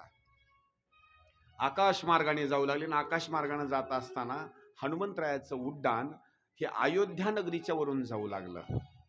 अयोध्या नगरी जवळ आली. अयोध्या नगरीच्या बाहेर भरतानं एक आश्रम वसवलेला होता. त्या आश्रमाचं नाव आहे नंदीग्राम. आणि रामाचा चेहरा आणि भरताचा चेहरा दिसण्याकरता सारखाच आहे बरं का, बदल काही नाही. कारण हे दोघ जण अर्ध्या अर्ध्या पिंडाचे आहेत. लक्ष्मण आणि शत्रुघ्न हे दोघ जण अर्ध्या अर्ध्या पिंडाचे आहेत. लक्ष्मण आणि शत्रुघ्न दिसण्याकरता सारखाच आहे, आणि भरत आणि प्रभू श्रीरामचंद्रजी दिसण्याकरता सारखेच आहेत. रात्रीचा असणारा भाग, काकड्याची वेळ झाली, आणि काकड्याची वेळ झाल्याच्या नंतर भरताचं भजन हे दिवस आणि रात्रभर असणारा सुरुवात होतं. भरताचा एक नियम ठरलेला होता, 14 वर्ष 14 दिवस झाल्याच्या नंतर जर प्रभू श्री रामचंद्रजी जर परत नाही आले तर स्वतः करता चिता तयार करणार, आणि त्या चितेला पेटवणार आणि मध्ये उडी टाकणार, पण राज्याचा मात्र स्वीकार करणार नाही. एवढं भावावर प्रेम होतं. आपलं होईल का असं? तिकडच मरावा आणि सगळं जमीन मलाच भेटावी. आपला खेळ असा आहे. नंदीग्राम असणारा वसवला, राज्यामध्ये सुद्धा प्रवेश केला नाही. आणि जसा रामाला वनवास होता तसा भरत नंदीग्रामामध्ये थांबला. माझे प्रभू श्रीरामचंद्रजी जर गवतावर झोपत असतील तर मी सुद्धा क्वाटवर गादीवर झोपणार नाही, मी सुद्धा गवतावरच झोपणार. माझे प्रभू श्रीरामचंद्रजी जर फळमूळ खात असतील तर मी सुद्धा अन्न खाणार नाही, फळमूळच खाणार. माझे भगवंत जर अंगावर कपडे घालीत नसतील, जसे वल्कल घालतात तशा स्वरूपामध्ये मी सुद्धा वल्कलच घालणार. एवढंच नाही, माझ्या देवानं जर जटा राखल्या असतील तर मी सुद्धा जटाच, तेल सुद्धा कधी लावणार नाही. किती नियम आहेत विचार करा. एवढंच नाही, प्रभू श्रीरामचंद्रजींनी सुद्धा काही गोष्टीचा त्याग केलेला आहे, मी सुद्धा त्याग करणार. उर्मिलेच्या बाबतीमध्ये नवे लक्ष्मणानं जसा उर्मिलेचा त्याग केला तसा भरतानं मांडवीचा त्याग केलेला आहे. नंदीग्रामामध्ये मांडवी राहत नव्हती बरं का. नंदीग्रामामध्ये मांडवी राहत नव्हती. 14 वर्ष 14 दिवसापर्यंत एकटा भरत होता तिथं. एवढं प्रेम भावावर पाहिजे. त्यावेळेला आकाश मार्गाने असणारं उड्डाण जात असताना त्या द्रोणागिरी पर्वताच्या वर काही वल्ली अशा चमकू लागल्या, प्रकाश असा पडू लागला. भरताचा गैरसमज झाला, ही पहाटची वेळ आहे, काकडा आरतीची वेळ आहे, कुणीतरी एखाद्या वेळेस अप्सरा असतील, विमान मोठं दिसतं, त्याच्यामध्ये इंद्र असावा, अप्सराच्या सोबत असताना तो क्रीडा करत आहे, ही वेळ चांगली नाही. साधू संतांनी ही वेळ सांगितलेली आहे, पहाटची वेळ आहे, देवाचं नामचिंतन करण्याचं. हा तर मुक्तपणे वाईट स्वरूपामध्ये वागत आहे, याला दंड करणं गरजेचं आहे ना. हा तर माझ्या प्रदेशातून जात आहे, हे रामाचं राज्य आहे, इथं मात्र हे कृत्य जमणार नाही. भरताला राग आला, आणि काय केलं भरतानं? धनुष्यबाण सज्ज केला. धनुष्यबाण सज्ज केल्याच्या नंतर भात्यामधला बाण काढला, धनुष्याला बाण लावला, त्या बाणावर नाव होतं राम. विचार करण्याची भूमिका आहे बरं का. नाव होतं त्याच्यावर राम. जय श्रीराम असं म्हणण्याकरता सुरुवात केली, बाण सोडला. बाण राम नामाचा उच्चार करतच निघाला. बाण कशाकरता सोडला होता? जो कोणी विमानामध्ये क्रीडा करत आहे का नाही त्याचा वध झाला पाहिजे, याच्याकरता बाण सोडला होता. बाण नामचिंतन करत निघाला, जय श्रीराम जय श्रीराम जय श्रीराम. ज्याला मारण्याकरता बाण निघाला, जो आकाश मार्गाने द्रोणागिरी पर्वत घेऊन हनुमंतराय जात होते, त्यांच्या मुखामध्ये काय होतं नाव? जय श्रीराम. बाणाला प्रश्न सुटला, आता पडला. ज्याला मारण्याकरता जायचं, समोरचा व्यक्ती ही जय श्रीरामच म्हणतो. मला ज्यानं सोडलं तो सुद्धा जय श्रीरामच म्हणतो. ज्यानं माझ्यावर शिक्का केलेला आहे त्याच्यावर नाव काय आहे? राम. आता समोरचं गिराईक जर दुष्ट असतं याला मी मारला असता, आता काय करावं प्रश्न? आता बाणाला प्रश्न पडला, मी तर काय आता मारू शकत नाही. बरं, दुसरी गोष्ट अशी आहे, मी जर परत गेलो, बाण म्हणतो मी जर परत गेलो तर भरत असणारा मला दंड करेल. बाणाला प्रश्न पडला, काय करावं काय करावं? शेवटी हनुमंतरायाची आपण विनंती करणं गरजेचे आहे. म्हणून तो बाण आला आणि हनुमंतरायाच्या पाया पडला, मला माफ करा बरं का, मी तुम्हाला मारू शकत नाही, काही नाही, मला मार्ग सुचत नाही, तुम्ही मला मार्ग दाखवा, मी तुमच्या चरणाला लागतो. असं बाणानं ठरवलं. बाण आला आणि हनुमंतरायाच्या चरणाला लागला. आता बाणाच्या मुखामध्ये नाव काय आहे? राम. वरी शिक्का केलेला बाण सुद्धा राम रामच म्हणतो ना. जो बाण येतो ना आपल्या चरण कमलाला राम राम म्हणून पाया पडतो. आता हनुमंतरायाचं काय कर्तव्य आहे? आता उदाहरणार्थ समजत नसेल तर सांगतो. एखादी महिला आली आणि तुमच्या पाया पडली, छान बरं का, तुम्ही आलात माझ्या पाया पडलात. ती महिला काय करणार? असे आशीर्वाद देणार का? आशीर्वाद देत नाही ती महिला. ती काय करते माहिती का? आपल्या जर कोणी पाया पडलं तर ही महिला त्यांच्या पाया पडणार. हनुमंतरायांनी निर्णय घेतला, एवढा बाण राम नामाचा जयघोष करत आला, माझ्या पाया पडला, आता मी सुद्धा त्याच्या पाया पडणं गरजेचं आहे. हनुमंतरायानं आपलं सगळं शरीर काय केलं? त्या बाणावर टाकलं. बाबा तुझी काय आज्ञा आहे? बाणानं सांगितलं, माझी एक विनंती आहे, मी तुम्हाला मारू शकत नाही, माझी विनंती आहे तुम्ही माझ्या पाठीमागं चला. काय तिथून पुढला निर्णय आहे तो भरत पाहून गेले, पण तुम्ही माझ्यासोबत चला, मला काही समजत नाही. आता गोष्ट ऐका बरं का, सुंदर स्वरूपामध्ये. हनुमंतरायामध्ये एवढी ताकद आहे, एवढी ताकद आहे, एवढी ताकद आहे की त्या हनुमंतरायानं द्रोणागिरी पर्वत उचलला. लक्ष करा बरं का, एवढी ताकद आहे. तेवढा द्रोणागिरी पर्वत हनुमंतरायानं तळ हातावर उचलला. त्या हनुमंतरायामध्ये किती ताकद असेल? विचार करण्याची गोष्ट आहे बरं का. पण हनुमंतरायामध्ये एवढी ताकद आहे, द्रोणागिरी पर्वत त्यांनी उचलला, पण भरताच्या बाणामध्ये किती ताकद आहे की भरताचा बाण नुसता आला आणि हनुमंतरायाच्या चरणाला लागला. हनुमंतरायानं सगळं शरीर बाणाच्या टोकावर ठेवलं आणि तो बाण जशाला तसा भरताजवळ आला. ज्या भरतानं बाण सोडला त्या भरतामध्ये ताकद किती असेल? विचार करण्याची गोष्ट आहे का.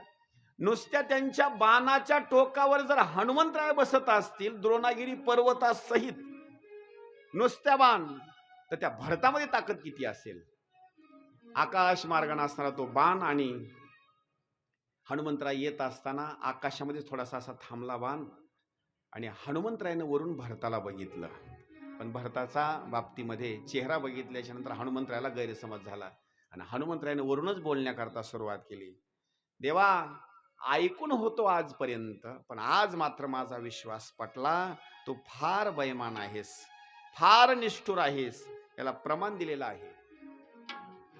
पुण्यवंत पाताळ लोकी नेला, पुण्यवंत पाताळ लोकी नेला, दरिद्री तू भाग्यवंत केला, तू भाग्यवंत केला, चोरट्याचा बहुमान वाढविला, चोरट्याचा बहुमान वाढविला, कीर्तिवानाचा अपमान केला, कीर्तिवानाचा अपमान केला, कीर्तिवानाचा अपमान केला, कीर्तिवानाचा अपमान केला, धुंद झाला तुझा दरबार, धुंद झाला तुझा दरबार, धुंद झाला तुझा दरबार, धुंद झाला तुझा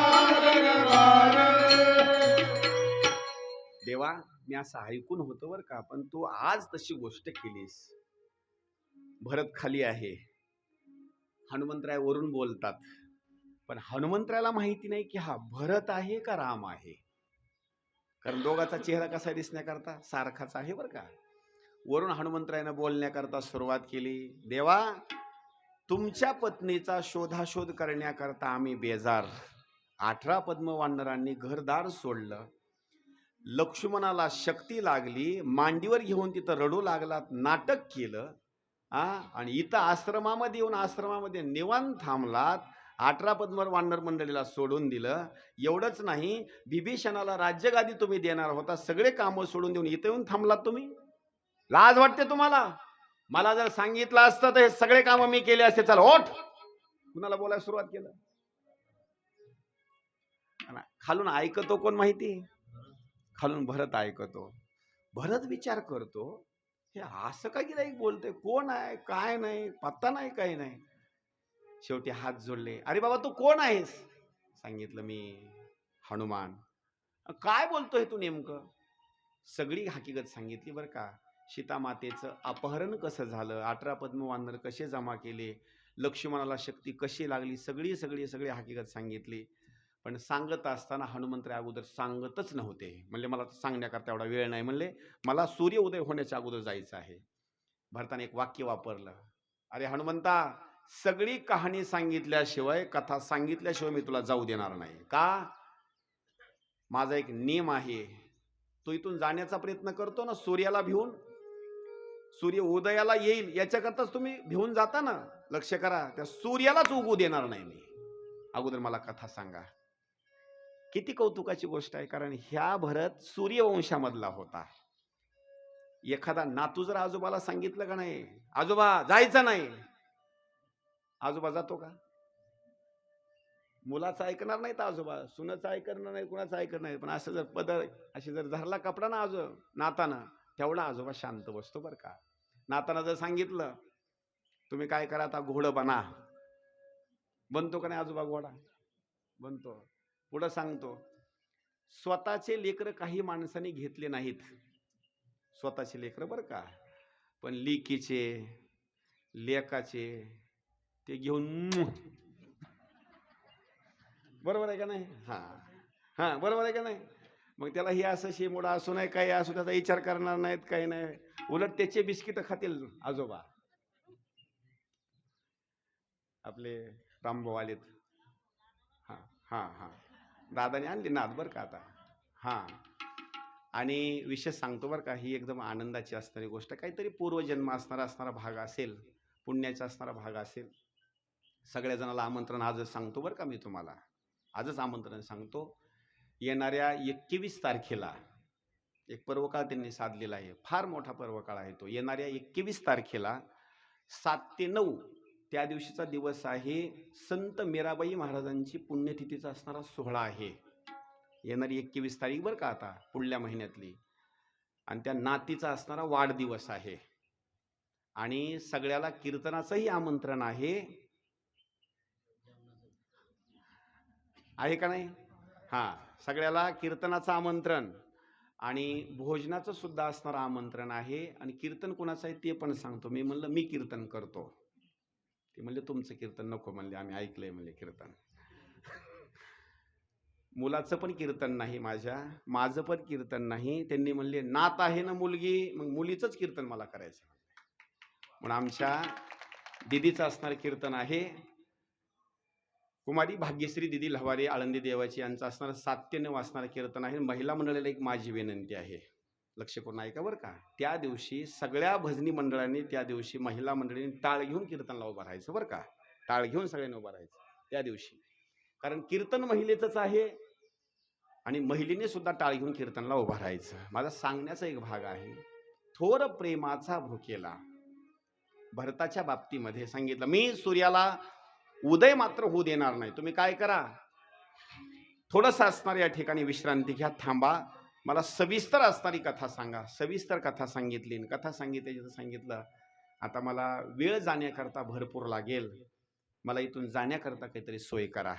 आता जशी मी गाडी आणली नाही का नाही सोबत, तसं मला जर इथून दुसरीकडे कुठं जायचं म्हटलं तर गावकरी मंडळीला विनंती करावी लागते, मला एखादी मोटरसायकलची सोय करा, 4 चाकीची गाडीची सोय करा. तसं हनुमंतरायांनी भरताला सांगितलं, तुम्हाला मी सगळी कथा सांगितली, आता मला सूर्य उदय होण्याच्या अगोदर तिथं पोहोचायचं आहे, वाहनाची व्यवस्था करा. भरतानं काय केलं माहिती? भरतानं वाहनाची सोय नाही केली, बाण भात्यामधला काढला आणि बाणालाच आज्ञा दिली, सूर्य उदय होण्याच्या अगोदर हनुमंतराला तिथं सुपूर्त पोहोचती करा. काय बाणामध्ये शक्ती असेल विचार करा. तेवढ्या हनुमंताला बाणावर विराजमान केलं आणि बाण घेऊन गेला. तो बाण म्हणजे कोण होता माहिती? राम नावाचा असणारा तो बाण होता. तिथपर्यंत असणारा तो घेऊन गेला. सकाळची असणारी वेळ, पहाट होण्याची वेळ, सूर्योदय होण्याची असणारी जवळ आली आणि प्रभू श्री रामचंद्रजींनी परत रडण्याकरता, नाटक करण्याकरता सुरुवात केली. सुशेनाचा हात धरला, बिभीषणाचा हात धरला, सुग्रीवाचा हात धरला आणि देवानं रडण्याकरता सुरुवात केली. बिभीषणा, मला माफ कर बर का बाबा. मी राजा रावणाला मारणार होतो आणि तुला लंकेचा असणारा राजा करणार होतो, पण माझ्याकडून चूक झाली, मी बोलून गेलो बर का. आता मात्र मी ही गोष्ट करू शकत नाही. का माझा लक्ष्मण आहे का नाही, आता प्राण सोडण्याची वेळ आली रे, माझ्याच्याने हे कार्य मात्र होत नाही. सुग्रीवाचा हात पकडला आणि सांगितलं, बाबा तू जेवढे वानर गोळा केले होते का नाही, तेवढ्या वानराला सांगितलं आता तुम्ही आपापल्या घराकडे निघून जा. अरे जर माझा भाऊच उठणार नसेल तर मी मात्र आता राजा रावणाला मारू शकत नाही. माझी सगळी शक्ती क्षीण झाली. आणि खरं सांगू का, पाठीमागा असताना पाठुंबा जर कुणाचा असावा, कुठलंही कार्य करत असताना पाठीमागा जर पाठुंबा कुणाचा असावा, खरं सांगू, गावातल्या लोकांचा कमी असू द्या, मी काय बोलतो लक्ष करा बरं का, गावातल्या लोकांचा पाठुंबा कमी असू द्या, कुठलं जर कार्य करायचं म्हटलं तर सगळ्यात मोठा अगोदर पाठुंबा आपल्या पत्नीचा हवा. ह्या सप्त्यातली पंगत मी मागाय तुमच्या. आणि पत्नीचं म्हणजे तुम्हाला काय अक्कल आहे का? काही बी उठता नको पंक्ती घेता तुम्ही, बंद, मग काही अडचण. घरचा पाठुंबा जो कोणाचा पाहिजे माहिती? नंबर 1 ला पत्नीचा, नंबर 2 आपल्या भावाचा. सगळ्या गणगोताचा घरचा जर पाठुंबा असला तर माणूस जगासोबत लढू शकतो. पण घरचे जर विरोधात गेले ना, संपलं, मग काहीच उपयोग नाही त्याचा. काही लोक आम्हाला म्हणतात, महाराज तुम्हाला चहा पाजू वाटतो बरं का, पण आपली सोय नाही, काय करावं आता. मला भरपूर जण बरं का बाहेर तिकडे लातूर साईडला गेलो का नाही, हॉटेलमध्ये जीव घालते. मी म्हणतो एवढा उदार अंत करणार तुम्ही, 400-500 रुपयाला ताट आहे, एवढं उदार अंत करणार. घरी जेवत होतो की महाराज तुम्हाला म्हणून सांगवले, कोणाला म्हणू नका, माझी जेवण्याची सोय नाही. मग इकडे 1000 गेले तर हरकत नाही बरं का. म्हणजे घरच्या मंडळीचं असणारं सहकार्य असणं फार मोलाचं आहे. सुग्रीवाचा हात धरला आणि सांगितलं, सुग्रीवा बाबा तुझ्यात जर हिंमत असेल तर रावणाला मार आणि बिभीषणाला राज्य कारभार असणारा सुपूर्त कर. माझी मात्र हिंमत आता खचली बरं का, माझा लक्ष्मण आता उठत नाही. सुशेनाला सुद्धा सांगितलं, अरे सुशेना काय वेळ आली रे माझ्यावर, हनुमंतराय तर शपथ घेऊन इथून गेला, औषधे मी आणतो. मला तर असं वाटतं बहुतेक हनुमंतरायाचा जात असताना रस्ता चुकला असावा. आम्हाला कधी कधी असं होतं बरं का, गावं माहिती नसतात कीर्तनाला, त्या कीर्तनाला जात असताना तिथूनच आम्ही पुढे निघून जातो पण पत्ता लागत नाही. माझा हनुमंतराय रस्ता तर चुकला नसेल. दुसरी गोष्ट, एवढं युद्ध खेळत असताना त्याला भूक लागली होते, त्याची शक्ती तर क्षीण झाली नसेल, रस्त्यामध्ये कुठं थांबला तर नसेल, त्याला विश्रांती नव्हती, एखाद्या वेळेस द्रोणागिरी पर्वतावर गेला असेल आणि रात्र आहे म्हणून त्याला औषधी सापडत नसतील, एखाद्या वेळेस थकला असेल, बिचारा तिथं थोडासा झोपला असेल आणि झोप त्याला लागली असेल, सूर्योदय होण्याची वेळ आली, थोडासा आराम करून जाऊन असं म्हटलं असेल, त्याला डोळा लागला असेल, असं तर घडलं नसेल. देवाच्या मनामध्ये एक एक विचार येतो. वानर मंडळी, देव रडत असताना देवाच्या जवळ येतात आणि देवाचे असे डोळे पुसतात. एखाद्याचं समोरच्याचं दुःख जर बघितलं ना, तर समोरच्याचं दुःख बघितल्याच्या नंतर आपल्याला सुद्धा रडू येतं बरं का. नातं जरी नसू द्या, पण समोरच्याचं दुःख बघितल्याच्या नंतर डोळ्याला पाणी येतं. वानर सुद्धा देवाकडे बघून रडू लागले. वानर सुद्धा असणार फळमूळ काही खात नाहीत, देवाच्या जवळ येऊन वानर सुद्धा रडतात. काही वानर देवाच्या चेहऱ्याकडे बघतात, तर काही वानर उत्तर दिशेकडे सारखे असे टक लावून बघत आहेत. जसे कीर्तनाची वेळ झाल्याच्या नंतर विठोबा रुक्माई भजन सुरू झालं का नाही, महाराज कुणी कुणी येतो असे लोक टक लावून बघतात बरं का. लग्नाची वेळ जर झाली, नवरदेव नवरीला जर बोलवण्याची वेळ झाली, तर सगळ्याचं लक्ष कुणाकडे असतं? नवरदेव नवरीकडे. औषध आणण्याकरता हनुमंतराय गेले, सगळ्याचं लक्ष उत्तर दिशेकडे आहे. पापणी सुद्धा कुणी पाळत नाही बरं का. तेवढ्याच वेळामध्ये देवाला दुःख झालेलं आहे. वानर मंडळी एकदा देवाकडे बघतात, एकदा उत्तर दिशेकडे बघतात. देवाकडे एकदा बघतात, उत्तर दिशेकडे एकदा. देवाला समजून वानर मंडळी सांगू लागले, देवा धीर धरा, 100% आम्हाला विश्वास आहे, हनुमंतराय औषधी घेऊन येणार म्हणजे येणार. असे काही माणसं विश्वासाचे असतात बरं का गावातले. एखाद्या वेळेस प्राण जरी निघून गेला तर माणसं मागं सरकत नाहीत, असे विश्वासाची माणसं असतात. आणि विश्वासाच्या बाबतीमध्ये बोलू, काही बैनामा जरी करून दिले, बैनामा जरी करून दिला तर बैमान होणारे असतात बरं का. बैनामा जरी करून दिला, लिहून जरी दिलं तरी काही बदलणारे माणसं असतात. आणि काही माणसं अशी असतात त्याचं लिहून घ्यायची काही गरज नाही, पण विश्वासू काही माणसं असतात, नोकरी लोकांची करतील पण बोललेले पैसे मात्र जशाला तसे आणून देतील. काही विश्वासाचे माणसं असतात. वानर मंडळी सांगतात, हनुमंतराय विश्वासघात करणार नाही. दिलेला जो शब्द आहे का नाही, 100% पूर्ण करतील. तुम्ही थोडंसं शांत व्हा, रडू नका बरं का, थोडंसं शांत राहा. देवाला समजून सांगतात. तेवढ्याच वेळामध्ये सकाळची असणारी वेळ, सूर्योदय होण्याची असणारी वेळ जवळ येऊ लागली. थोडासा असणारा चमकणारा असणारा भाग दिसला उत्तर दिशेला. अंधाराची भूमिका, थोडासा असणारा असा ताऱ्यासारखा भाग दिसला. एका वानराने सांगितलं, रडू नका, शांत राहा, काहीतरी चमकल्यासारखं दिसतं बरं का. म्हणजे ती वल्ली आहे का नाही, ती वल्ली असताना त्या पर्वताच्या वर अशी चमकू लागली, एकदम बारीक स्वरूपामध्ये. कारण वानर काय करू लागली माहिती, सारखी अशी त्यांची दृष्टी उत्तर दिशेला होती. अशी एका वानराने सांगितलं, ते पहा, चाऱ्यासारखं काहीतरी असणार, ताऱ्यासारखं असं चमकतं बरं का थोडंसं. दुसऱ्या वानर, हा दिसतं, मला पण दिसतं बरं का, आता पहा थोडासा प्रकाश वाढला बरं का. कारण ते गती इकडे येऊ लागली ना. प्रकाश अगोदर थोडा कमी, जसे जसे हनुमंतराय समोर येतील का नाही प्रकाश असा वाढू लागला. तवरच तोपर्यंत वानर मंडळीने जय घोष करण्याकरता सुरुवात केली, भजन करा. हनुमंतराय आले बरं का, आले आले हनुमंतराय आले. त्यांनी भजन करण्याकरता सुरुवात केली. मग तर जास्त प्रकाश पडला, लोकाला विश्वास आला वानर मंडळीला, 100% हनुमंतरायच असतील. वल्ली घेऊन आले, जय श्रीराम, जय श्रीराम, जय श्रीराम. वानर मंडळीने उठले आणि भजन करण्याकरता सुरुवात केली. महाराज, प्रकाश असा वाढू लागला ना, हनुमंतराय जवळ आले. त्यांची खात्री पटली, हनुमंतराय आले. आल्याच्या नंतर जयघोष केला. आणि ज्या वेळेला पर्वत बघितला त्यावेळेला वानर मंडळी मात्र भेली. आता आणलाय पर्वत खरा, पण ठेवायचा कुठं हा. लक्ष करा ना, पर्वत एवढा मोठा उचलून आणला, त्याच्यावरची ओल्ली आपल्याला घ्यायची आहे, पण ठेवायचा कुठं. काही वानर मंडळीने निर्णय घेतला, आता एवढा पर्वत जर इथं आणून ठेवायचा म्हटलं त्याला जागा लागेल का नाही. आणि एखाद्या वेळेस हनुमंतरायाने इथं जर आणून ठेवला ना, आपण जर खाली दडपून गेलो तर पुन्हा काय करायचं. पळा म्हणले अगोदर इथून, चला. लगेच वानर मंडळी पळण्याकरता सुरुवात केली. वानर मंडळी पळू लागली. तेवढ्याच वेळामध्ये जागा करून दिली. जसं विमानाला उतरण्याकरता जागा लागते का नाही, अशी जागा करून दिली. हनुमंतरायाने असताना तो पर्वत असा खाली ठेवून दिला. देवाचं दर्शन घेतलं, संपूर्ण असणारी हकीकत सांगितली. आणि ती हकीकत सांगितल्याच्या नंतर मग मात्र देवानं सांगितलं, तुम्हाला आता वल्ली आणून दिली सुशेना, लवकर तुम्ही काय करा, आता त्या जडीबुटीचा असणारा शोध घेण्याकरता सुरुवात करा. सुशेन नावाचा असणारा वैद्य, ते स्ट्रिंग वाजवते, स्ट्रिंग वर असताना त्या पर्वताच्या ठिकाणी गेले आणि वल्ली पाहण्याकरता सुरुवात केली.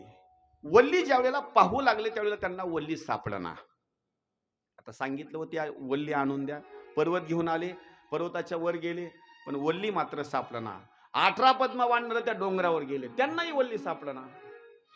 शेवटी प्रत्येक जणाला असणारा जो गर्व होता, त्या गर्वाच्या बाबतीमध्ये देवाची एक लीला आहे.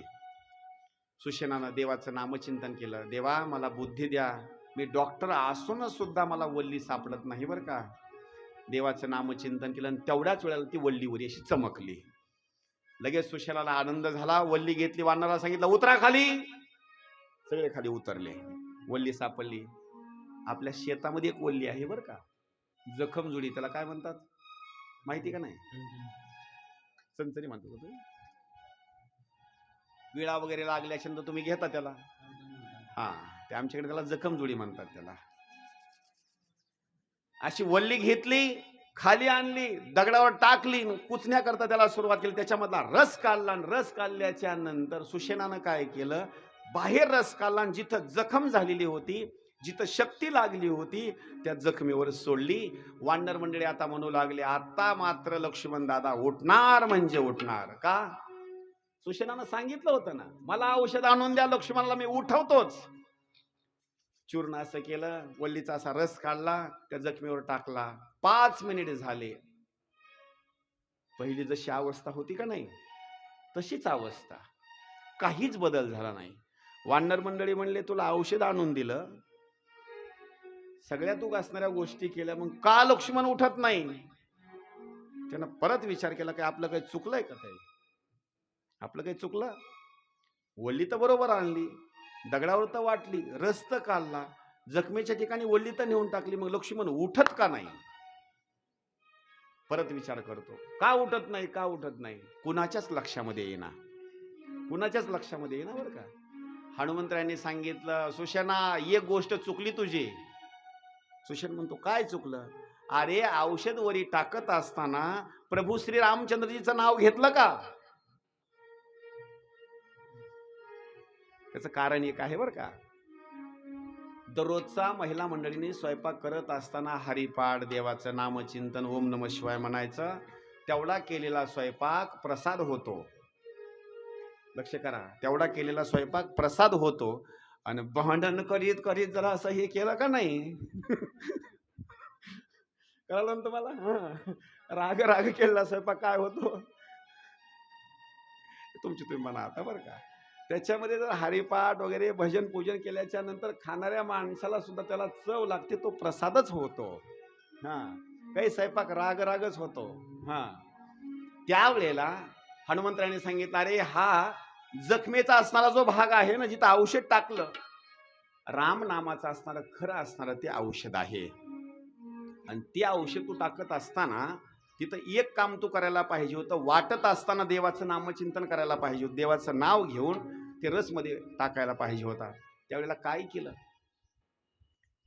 हनुमंतरायाची बोलण्याची भूमिका, हनुमंतरायांनी सांगितलं, देवा एक काम करा, याच्यामध्ये एक औषध आणखी टाकायची कमतरता पडलेली आहे.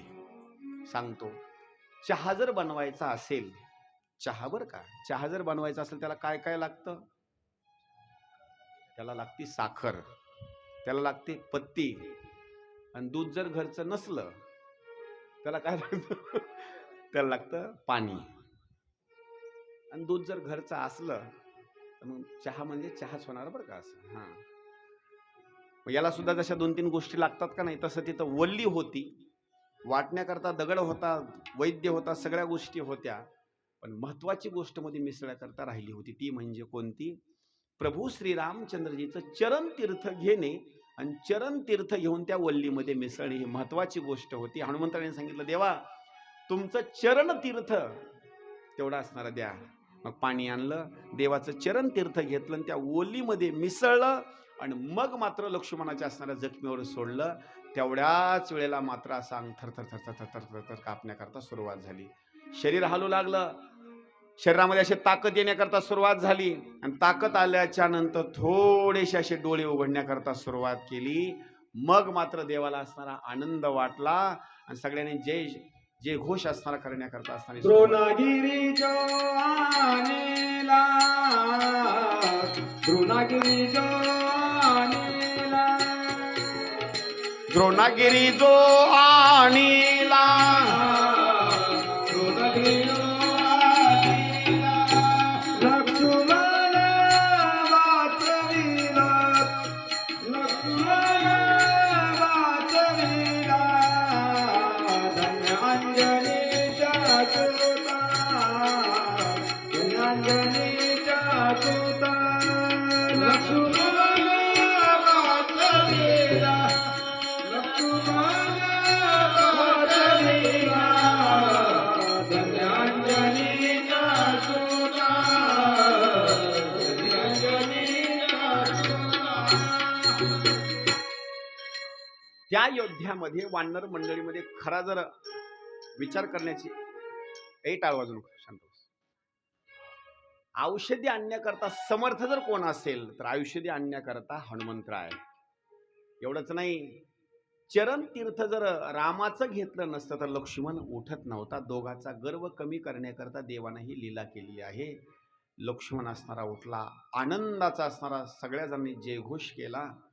पुढं हनुमंतरायाच्या बाबतीमध्ये वर्णन असं केलेलं आहे ही सगळी जर लीला जर कोणाची असेल तर ही हनुमंतरायाची लीला आहे. पर्वत आणणे, चरणतीर्थ मागून घेणे, लक्ष्मणाला उठवणे, हे सगळं कार्य जर कोणाचं असेल तर हे हनुमंतरायाचं असणारं कार्य आहे.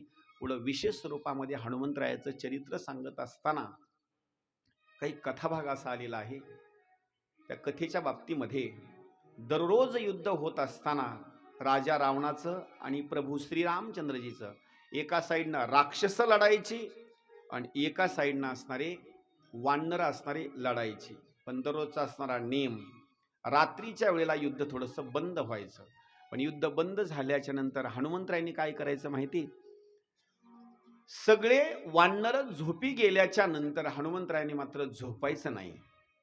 हनुमंतरायांनी शेपटीला आज्ञा द्यायची, जेवढे वानर झोपलेत का नाही त्याच्या साईडनं शेपटीचा वेढा यायचा. असा लक्ष करा बरं का, असा शेपटीचा असा वेढा यायचा. आणि जिथं वेढा संपेल तिथं हनुमंतरायांनी जय श्रीराम जय श्रीराम जय श्रीराम. त्याचं कारण असं आहे, हे कंपाऊंड जर केव्हापासून निघाला असेल, कंपाऊंड हे मेंढ्याला शेळ्याला हे कंपाऊंड जर कधी असेल तर त्रेतायुगापासून आहे. सगळे वानरं शेळ्या मेंढ्या वगैरे कशाच्या भरोश्यावर झोपतात माहिती का, कंपाऊंडच्या. बरं का, एवढे 18 पद्म वानरं जर कशामुळे झोपत असेल रात्रीच्याला एवढं युद्ध खेळून, तर कुणाच्या भरोश्यावर माहिती, फक्त हनुमंतरायाच्या शेपटीवर त्यांचा भरोसा होता. बरं का, काही जरी झालं, आपण किती जरी निवांत झोपलो तर या शेपटीच्या आतमध्ये मात्र कोणी सुद्धा येणार नाही. आता सुद्धा माणसं घराकडून इथपर्यंत आले, कुणाच्या विश्वासावर आले, कुलपाच्या. बरं का, सगळ्याचा विश्वास जर कोणावर असेल तर कुणावर, कपाटामध्ये 10-10 लाख रुपयाचं मटेरियल आहे पण त्याचा सगळा विश्वास जर कोणावर असेल तर 200 रुपयाच्या कुलपावर. बरं का, 200 रुपयाच्या कुलपावर एवढे 18 पद्म वानर, पण सगळ्याचा विश्वास कोणावर, शेपटीवर. आपण निवांत झोपा, शेपटीच्या आतमध्ये मात्र कोणी सुद्धा येणार नाही. त्यावेळेला राजा रावणाकडले बलाढ्य असणारे शत्रू संपले. राजा रावण सिंहासनावर बसतो, असा कपाळाला हात लावतो, कुणाला पाठवावं कुणाला पाठवावं कुणाला पाठवावं. एक गोष्ट लक्षात आली, आपले पाहुणे राहिले गडे म्हणले, आपल्या जवळचे सगळे संपले आता म्हणले, पण आता पाहुण्याला मात्र बोलवणं गरजेचं आहे. ज्या वेळेला बांधकाम आपल्याला झेपत नाही का नाही, ज्यावेळेस आपल्याला बांधकाम झेपत नाही त्यावेळेला कुणाला फोन करतो आपण, पाहुण्यालाच. बरं का, हां. आणि पाहुण्यानं सुद्धा एक काम करायचं बरं का, बांधकाम सुरू झाल्यासच यायचं पाहुण्याकडे भेटायला आणि त्यांना सांगायचं, खिडकी इकून काढा, हे वाटा तिकून घ्या, चौकट इकून बसवा. आणि बघण्याकरता आल्याच्या नंतर या जर पाहुण्यानं सांगितलं की मला जरा झेपत नाही, तर त्या पाहुण्यानं सांगणाऱ्यानं काय करायचं माहिती का, लगेच 1-2 लाख रुपये देऊन जायचे. पण पाहुणे काय करतात माहिती का, येऊन सांगतात,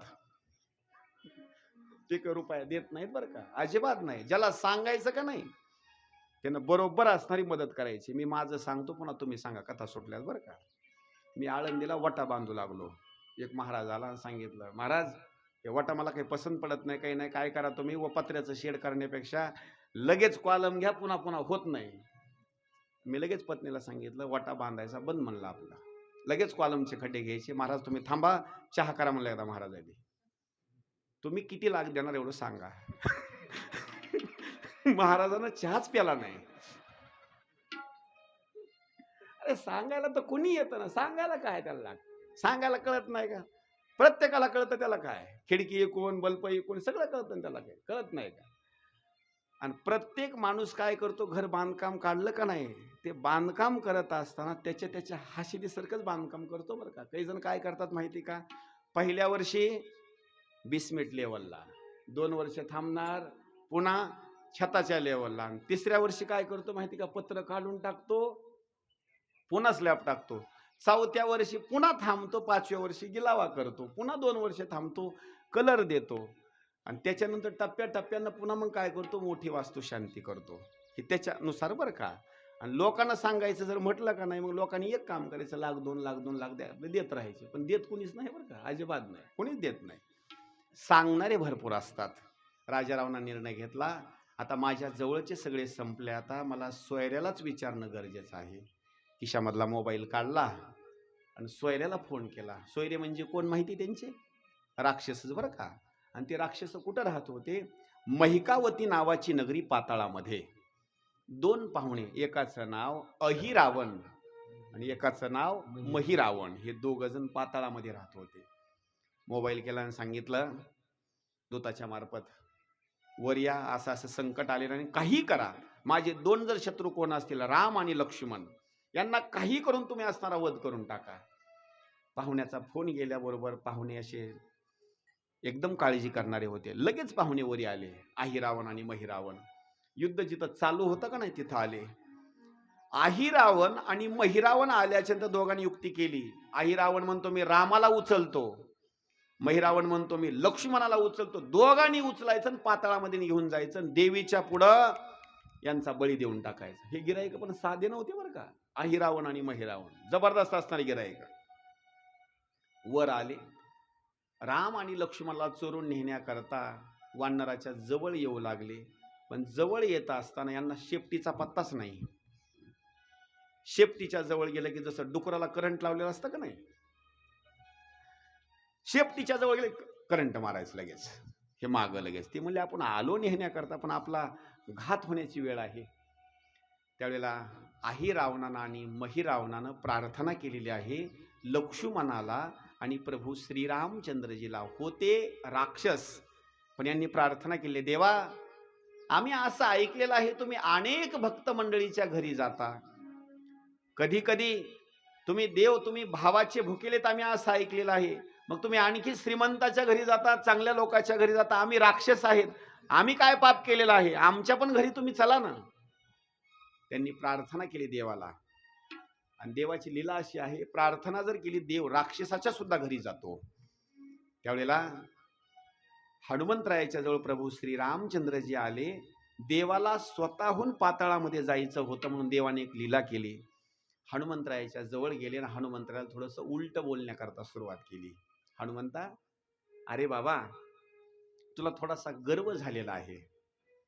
एवढे 18 पद्म वानर झोपलेले आहेत आणि तू दररोजचा शेपटीचा असणारा वेळा देतो. एकही वानराला रात्री जर झोपीतून जर उठलं ना तर याला जाता येत नाही. कळलं का? तुझा वेळा असल्यामुळं याला जाता येत नाही, याला जाता येत नाही. काही मंडळी असतात ना संध्याकाळच्या वेळेला, त्यांना 2-3 वेळेला जावं लागतं, पचन होत नाही. तुझ्यामुळं वानर मंडळीला अडचण निर्माण होते.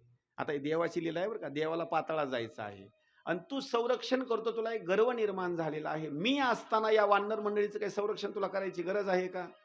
एक काम कर, मोकळ्या मनानं वानर मंडळीला फिरू दे, संरक्षण करण्याकरता मी आहे ना, तू निवांत जाऊन झोप घे. आता देवानं सांगितल्याच्या नंतर हनुमंतरायाच्या लक्षामध्ये आलं नाही. हनुमंतरायाने काय केलं, शेपटीला आज्ञा दिली. तेवढी शेपटी असणारी हनुमंतरायानं आकडून घेतली आणि निवांत जाऊन शिबिराच्या ठिकाणी जाऊन असे आराम करू लागले. अहिरावण आणि महिरावण त्या कुटियाच्या ठिकाणी, जिथं असताना आपण तंबू पाल वगैरे म्हणतो, अशा ठिकाणी प्रभू श्रीरामचंद्रजी आणि लक्ष्मणजी झोपले होते. तेवढ्याच वेळेला अहिरावण आणि महिरावण आले. एकानं लक्ष्मणाला उचललं आणि एकाला रामानं उचललं आणि पाताळामध्ये घेऊन गेले. रात्रीचा वेळ आहे. पाताळामध्ये घेऊन गेल्याच्या नंतर तिथे एक देवी आहे. त्या दोघांनी ठरवलं उद्या सकाळ झाल्याबरोबर या दोघाला देवीच्या समोर नेऊन बळी द्यायचं. यांनी प्लॅन बदलला. अगोदर म्हणले आमच्या नगरीला या, आणि आता हे काय ठरवतात, आता देवीच्या समोर बळी द्यायचं. बंदिवासामध्ये दोघांना टाकलं. पहाटेची वेळ झाली ना, हनुमंतरायाचा दररोजचा एक नियम असतो, सकाळी पहाटे उठले ना देवाचं पहिलं दर्शन घेणं आणि काकडा असणार सुरुवात करणे. आणि काकड्याच्या बाबतीमध्ये सुंदर असणार वर्णन केलेलं आहे. हरी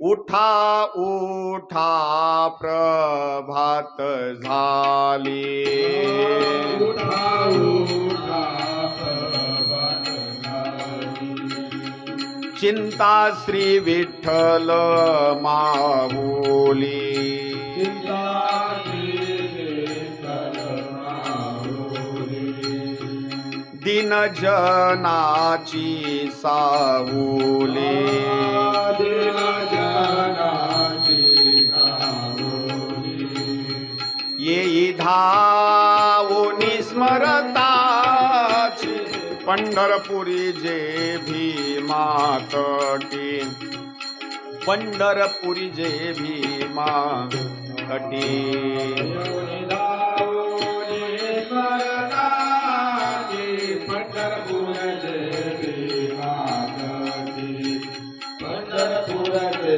भीमातटी.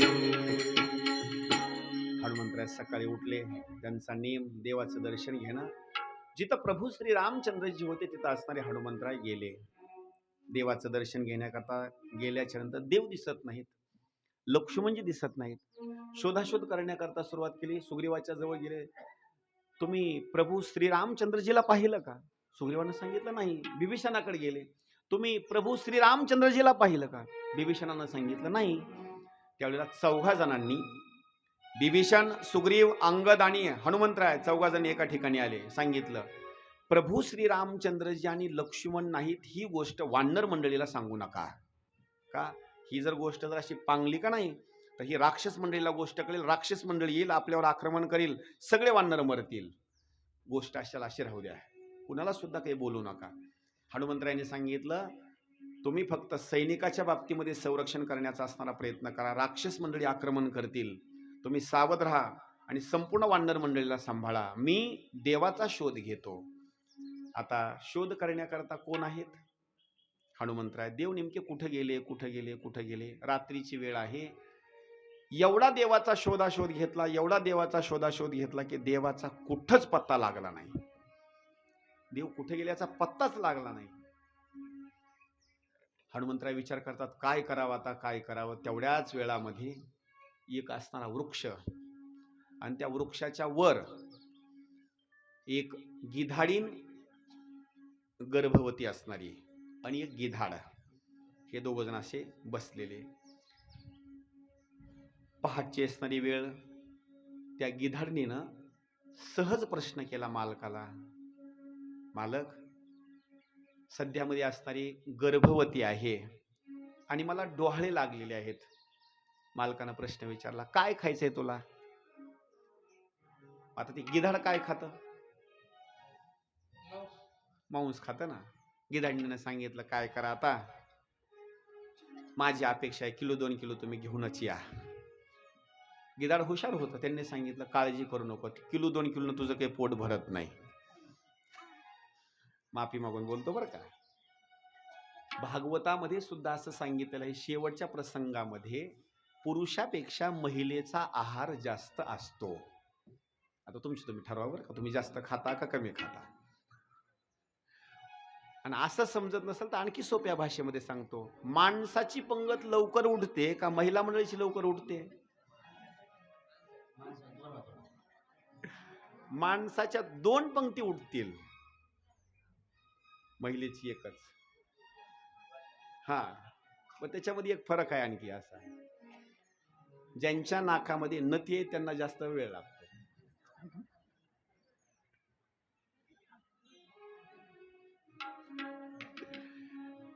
इथलं सोडून बरं का असं. हा हा हा, इथलं सोडून बरं का असं. हा, तिकडं सांगलो ना मी असं. हा, आणि तुम्हाला बोलण्यापेक्षा मी माझं पण सांगतो ना, माझी सुद्धा आई तुमच्यासारखीच नथ घालीत होती बरं का. हा, अशीच नथ बस. म्हणजे विशेष स्वरूपामध्ये सांगतो, त्या गिधाडणीनं असं गिधाडाला बोलण्याकरता सुरुवात केलं, तुझं एवढंसं खाऊन काही पोट भरणार नाही, काळजी करू नको. प्रभू श्रीरामचंद्रजीला आणि लक्ष्मणाला पाताळ लोकामध्ये आही रावणानं आणि मही रावणानं चोरून नेलेलं आहे. आणि तिथं हनुमंतराय जाणार आहेत, अनेक असणाऱ्या राक्षस मंडळीचा असणारा अंत करणार आहेत. जेवढे लोक मरतील का नाही, तू एकदाच तुला काय खायचं तेवढं खाऊन घ्या एकदा. खाली कोण ऐकलं हे? त्या वृक्षाच्या खाली हनुमंतरायानं ऐकलं. असं आहे का म्हणले, पाताळामध्ये नेलंय का? बर, छान छान, तथास्तु म्हणले, काळजी करू नका, तुम्हाला जेवढा माल लागेल पुरवायचं काम आपलं म्हणले. देवाचा पत्ता सांगितला ना. आता ते पाताळामध्ये जायचं आहे, पाताळामध्ये जाण्याकरता रस्ता तर पाहिजे का नाही? पण हनुमंतरायाने रस्ता शोधला नाही, देवाचं नामचिंतन केलं आणि जमिनीलाच लात मारली. जशाला तशी ती पाताळापर्यंत लात गेली. किती शक्य विचार करा. देवाचं नामचिंतन केल्या बरोबर अशी लात मारल्याबरोबर तर पाताळामध्ये असणारी लात, महिकावती नावाची असणारी नगरी. आता त्या नगरीला जात असताना हनुमंतांनी विचार केला, या रूपामध्ये जर जावं तर लोक आपल्याला ओळखतील, ही राक्षसाची नगरी आहे. आपण काय करावं, साधू महात्म्याचा वेश धारण करावा, संन्यासाचा वेश धारण करावा, भिक्षा मागण्याकरता जावं. हनुमंतरायांनी वेश बदलला, साधूचा वेश धारण केला आणि नगरीपाशी असते जवळ आले आणि मेन असणाऱ्या गेटच्या जवळ आले. न कोणाला विचारता मध्ये घुसू लागले. तिथं एक होता, त्याचं नाव मकरध्वज. मकरध्वजानं असं हाताला धरलं, ए पुढे चालला. हनुमंतरायाने विचार नाही केला, तसेच पुढे जाऊ लागले. मकरध्वजानं सांगितलं, मी जरा साध्या भाषेत बोलतोय, जरा कुठं चालला तो. हनुमंतरायाने विचारच केला नाही. हनुमंतरायाला धरलं मागं वळलं. विचार करा बरं का. आता मकरध्वज म्हणजे हनुमंतरायाचा मुलगा आहे. आणि कधी कधी अशी घटना होते, बापानं पण जास्त शहाणपणा करायचा नाही बरं का. बापानं सुद्धा आपल्या हिशोबातच राहायचं. कवर पोरग जोपर्यंत कळतं होत नाही, आपल्या बरोबरीचं येत नाही, तोपर्यंत बापानं पोराला मारलं तर जमतं बरं का. पण एकदा जर पोरग मोठं झालं, ताकद जर बरोबरची झाली, तर बापानं थोडं हिशोबातच घ्यायचं बरं का. जेवढा दाब टाकायचा तेवढा दाब टाकणे, नाही ऐकलं तर गप्प बसणे. पुन्हा मात्र असं अंगावर जायचं नाही का. ते पुन्हा तिकडून जर लाकूड घेऊन आलं तर पुन्हा काय करायचं. हनुमंतरायाला असं अडवलं, पाठीमागं ओढलं आणि मकरध्वजानं बोलण्याकरता सुरुवात केली. कोण तुम्ही. मी साधू महात्मा. कुठं निघालात. भिक्षा मागण्याकरता. लाज वाटते का. वेळ कोणती आहे रात्रीची. भिक्षा मागण्याचा नियम आहे. सूर्य उदय झाला की सूर्य उदय झाल्याच्या नंतर सूर्य अस्ताला जाईपर्यंत काही नियम सांगितलेला आहे. तुम्ही तर रात्रीच्या वेळेला निघाला. तुम्ही चोर दिसता. मी चोर नाही, मी साधू महात्माचा आहे. असं हनुमंतरायाला वेळ कमी होता. दोघांमध्ये घनघोर युद्ध झालं आणि त्या घनघोर युद्धामध्ये हनुमंतरायानं मकरध्वजाला उचलायचं, खाली आपटायचं. मकरध्वजानं उचलायचं, हनुमंतरायाला खाली आपटायचं. हनुमंतरायानं आजपर्यंत तेवढा मार कुणाच्याच हातानं खाल्ला नव्हता. एवढं मकरध्वजानं मारलं. हनुमंतराय विचार करतात, एवढं कुणी आपल्याला मारलं नाही बरं का. जरा हिशोबातच घेणं गरजेचं आहे. म्हणजे जरा गिऱ्हाईक जरा समोरचं जरा भारदस्त दिसते, घरामध्ये जाऊ देणार नाही म्हणले. असं हां थोडं साईडला गेले आणि त्याला प्रश्न विचारला मकरध्वजाला, हे तुझं नाव काय रे. मकरध्वजाने सांगितलं, हे नाव विचारायची वेळ आहे का. भांडणं लागलीत. आता भांडणं लागली असं आपण समोरच्याचं काय नाव विचारतो का. गोत्र कुळ वगैरे काही विचारतो का. मकरध्वजाने सांगितलं, नाव विचारायची गरज नाही. युद्धाला आलात ना, युद्धच खेळायचं. तसं नाही रे, युद्ध थोडंसं बंद. आता तुझं नाव सांग ना. मग त्यानं थोडंसं मग असं बोलण्याकरता सुरुवात केली, माझं नाव मकरध्वज. बर तुझ्या पप्पाचं. बस झालं ना म्हणलं. आता नाही नाही, बापाचं नाव सांग ना तुझ्या. सांगितलं, माझ्या बापाच्या बाबतीमध्ये हनुमंतराय म्हणतात. हनुमंतराय. परत बोल नाही एकदा. हो हो, माझ्या बापाचं नाव हनुमंतरायच. हनुमंतराय तर गारच झाले. म्हणले आपलं तर लग्न नाही, काहीच नाही. हनुमंतरायाने पुन्हा डोकं लावलं. असू शकते एखाद्या वेळेस दुसऱ्या कुळामध्ये सुद्धा एखादा हनुमान जन्माला आलो शकतो, त्याचं नाव ठेवलेलं असतं. पुन्हा हनुमंतरायाने प्रश्न विचारला, हनुमंतरायाच्या बापाचं नाव सांग. पुन्हा बोलण्याकरता सुरुवात केली. हनुमंतरायाच्या बापाचं नाव जर सांगायचं म्हटलं, माझ्या आजोबाचं, तर मला दोन आजोबाच्या बाबतीमध्ये नाव आहेत. एक केशरी नंदन असं पण म्हणतात आणि वायू पण म्हणतात. हनुमंतराय तर थरथरच कापायला लागले. अरे म्हणले, जरा लाज जरा धर, थोडीशी लाज धर म्हणले. हे गिराईक सगळं माझ्याकडेच येलंय म्हणले. अरे माझं नग्न दर्शन माझ्या आईला झालं नाही म्हणले. मी बाळ ब्रह्मचारी आहे, तू माझं कसं काय नाव घेतो ते मला माहित नाही म्हणले. बर म्हणले, तुझ्या आईचं नाव. सांगितलं, माझ्या आईचं नाव मगर. कुठं आहे तुझी आई. नेलं. मग त्या आईनं बोलण्याकरता सुरुवात केली. आई म्हणजे कोण. मगर. त्या मगरीनं सगळी हकीकत सांगितली. बरोबर आहे, तुम्ही ज्यावेळेस लंका पेटवली का नाही, इथं आलात, शेपटी विजू लागलात, समुद्रानं लाटा आणल्या, तेवढ्याच वेळामध्ये तुमच्या शरीराचा घाम मी पिला आणि त्या घामापासून हा मकरध्वज जन्माला आला. आईनं सांगितलं मगरीनं, मकरध्वजा हे तुझे वडील आहेत. घामापासून स्वेदापासून यांचा असणारा तुझा असणारा जन्म झालेला हे तुझे वडील आहेत. वडिलाला मारू नको. वडील जसं सांगतील मुलांना ऐकणं गरजेचं आहे. आई पण पगार मी तिकून घेतो ना, पण मी सांगते तुला तेवढा ऐकतो. हनुमंतरायाने सांगितलं, अरे बाबा, या नगरीमध्ये राम आणि लक्ष्मणाला चोरून आणलंय का. मकरध्वजाने सांगितलं, हो. मग मला रस्ता तू दाखव. मकरध्वजानं सांगितलं, रस्ता दाखवतो, पण माझा जन्म झाला तसं तुमची आणि माझी भेट झाली नाही. मुलाचा जन्म झाल्याच्या नंतर वडील कधी कधी काय करतात, आपल्या मुलाला असं कडेवर घेतात. कधी कधी वेळ जर आली शेतामध्ये जर गेले तर वडील काय करतात, त्याला असे खांद्यावर पण घेतात आणि चालतात. माझी एक विनंती आहे, रस्ता तुम्हाला दाखवतो. बालपणी माझा हट्ट कुणच पुरवला नाही, तुम्ही मला खांद्यावर उचलून घ्या. किती लिहिलं आहे बघा. मकरध्वजाला हनुमंतरायांनी खांद्यावर उचलून घेतलं आणि मकरध्वजानं सांगितलं, पप्पा मी तुम्हाला सगळा रस्ता दाखवतो, पण पगार तिकडली घेतो, मला बोलता येणार नाही, माझ्या वाचेला पाप लागल. म्हणून मी काय करणार फक्त माहिती का, फक्त बोट दाखवणार मी फक्त असे. तुम्ही अंदाज ओळखून घ्यायचा. मकरध्वज असा खांद्यावर बसला आणि मकरध्वजानं समोर असा हात करायचा, असं समोर बोट केलं, हनुमंतरायानं सरळ चालायचं. रस्ता दाखवत असताना बरं का, असं बोट केलं याचा अंदाज काय होतो, बाण टर्न बरं का, असा बाण.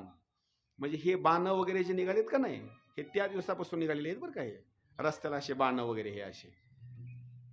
अंगदाच्या बाबतीमध्ये, मकरध्वजाच्या बाबतीमध्ये त्यांनी असा बाण दाखवला, समोर बोट केलं की हनुमंतरायांनी सरळ चालायचं. उजवा हात उजव्या साईडला. जात जात जात असताना जिथं देवीच्या समोर बळी देण्याचा असणारा विचार आहे, मकरध्वजानं तिथपर्यंत नेलं आणि मकरध्वजानं हात जोडून दर्शन घेतलं आणि सांगितलं, पिताजी हनुमंतराया, आता इथून पुढं मात्र मी येऊ शकत नाही, मला परत असणारं संरक्षण करण्याकरता गेलं पाहिजे. ही जी देवी आहे का नाही, या देवीच्या समोर राम आणि लक्ष्मणाला बळी देण्याकरता आणणार आहेत, आता इथून पुढला मार्ग तुम्ही बघा. त्यावेळेला हनुमंतराय देवीच्या जवळ गेले, देवीला असे हात जोडले, अगोदर सांगितलं, देवी तुम्हाला व्यवस्थित इथं राहायचंय का नाही राहायचं. देवी असे थरथर कापड, नाही इथंच राहायचंय मला. मग एक काम करा, 1 तास 2 तासाकरता तुमची जागा मला द्या. देवीनं दर्शन घेतलं आणि सांगितलं, मी बाजूला जाते. आता देवीचं रूप पुन्हा घेतलं हनुमंतरायानं. याला एक प्रमाण सांगितलेलं आहे, केली देवीची अवकळा, केली देवीची अवकळा, ओ केली देवीची अवकळा, केली देवीची अवकळा.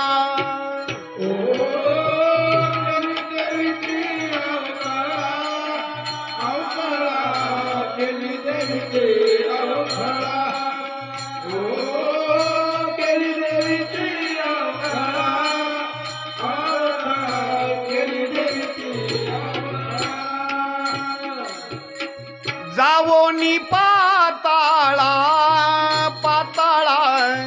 जावोनी पाताळा, जावोनी पाताळा, जावोनी पाताळा.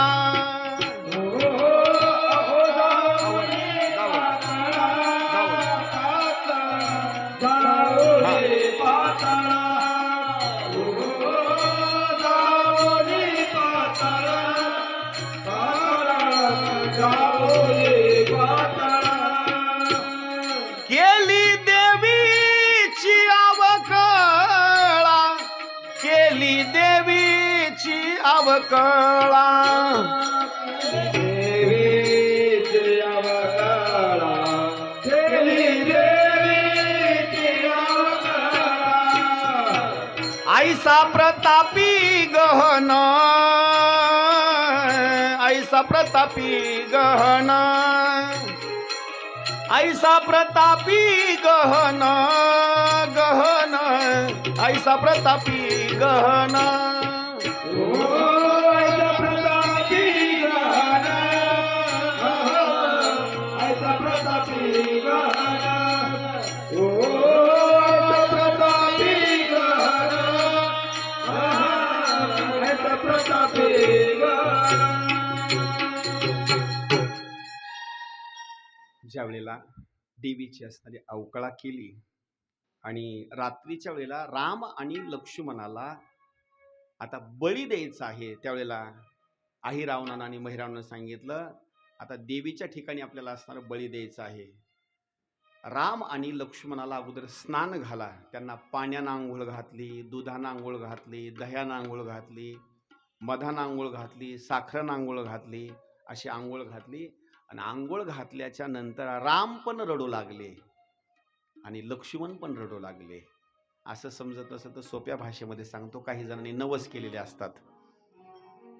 आणि ते नवस असतो कशाचा माहिती का? 4 पायाचा. कळलं का? काय त्याचा थाट असतो महाराज. त्याला अगोदर आंघोळ घालतात, त्याला उगून एक वस्त्र टाकतात, असा चांगला एक त्याच्या गळ्यामध्ये हार घालतात, त्याची दोरी अशी हातामध्ये एक जण धरलेली असते, त्याच्या पुढे एक अशी डंगचिक डंगचिक डंगचिक डंगचिक अशी हलकी वाजलेली असते बरं का. आता सगळ्या लोकांना आनंद वाटतो, पण ज्याला मरायचं आहे त्याला आनंदच वाटतं का? कुणाला? त्या बोकडाला. हो, हा, त्याला असं वाजवीत नेतात बरं का, असं तिथं काही अंतरापर्यंत. त्याला अगोदर सगळा त्याचा साज असतो, हा, पण त्याला दुःख होतं का? झालं एक 5-10 मिनिटांमध्ये आपला कार्यक्रम आता संपला. आता प्रभू श्रीरामचंद्रजीला दुःख झालं, आंघोळ घालू लागले, वस्त्राचा असणारा भाग, खाण्याकरता काही भाग, पण देवाला दुःख होऊ लागलं. थोड्या वेळामध्ये आता आपल्याला मरायचं आहे. राम आणि लक्ष्मणाला देवीच्या असं समोर आणलं.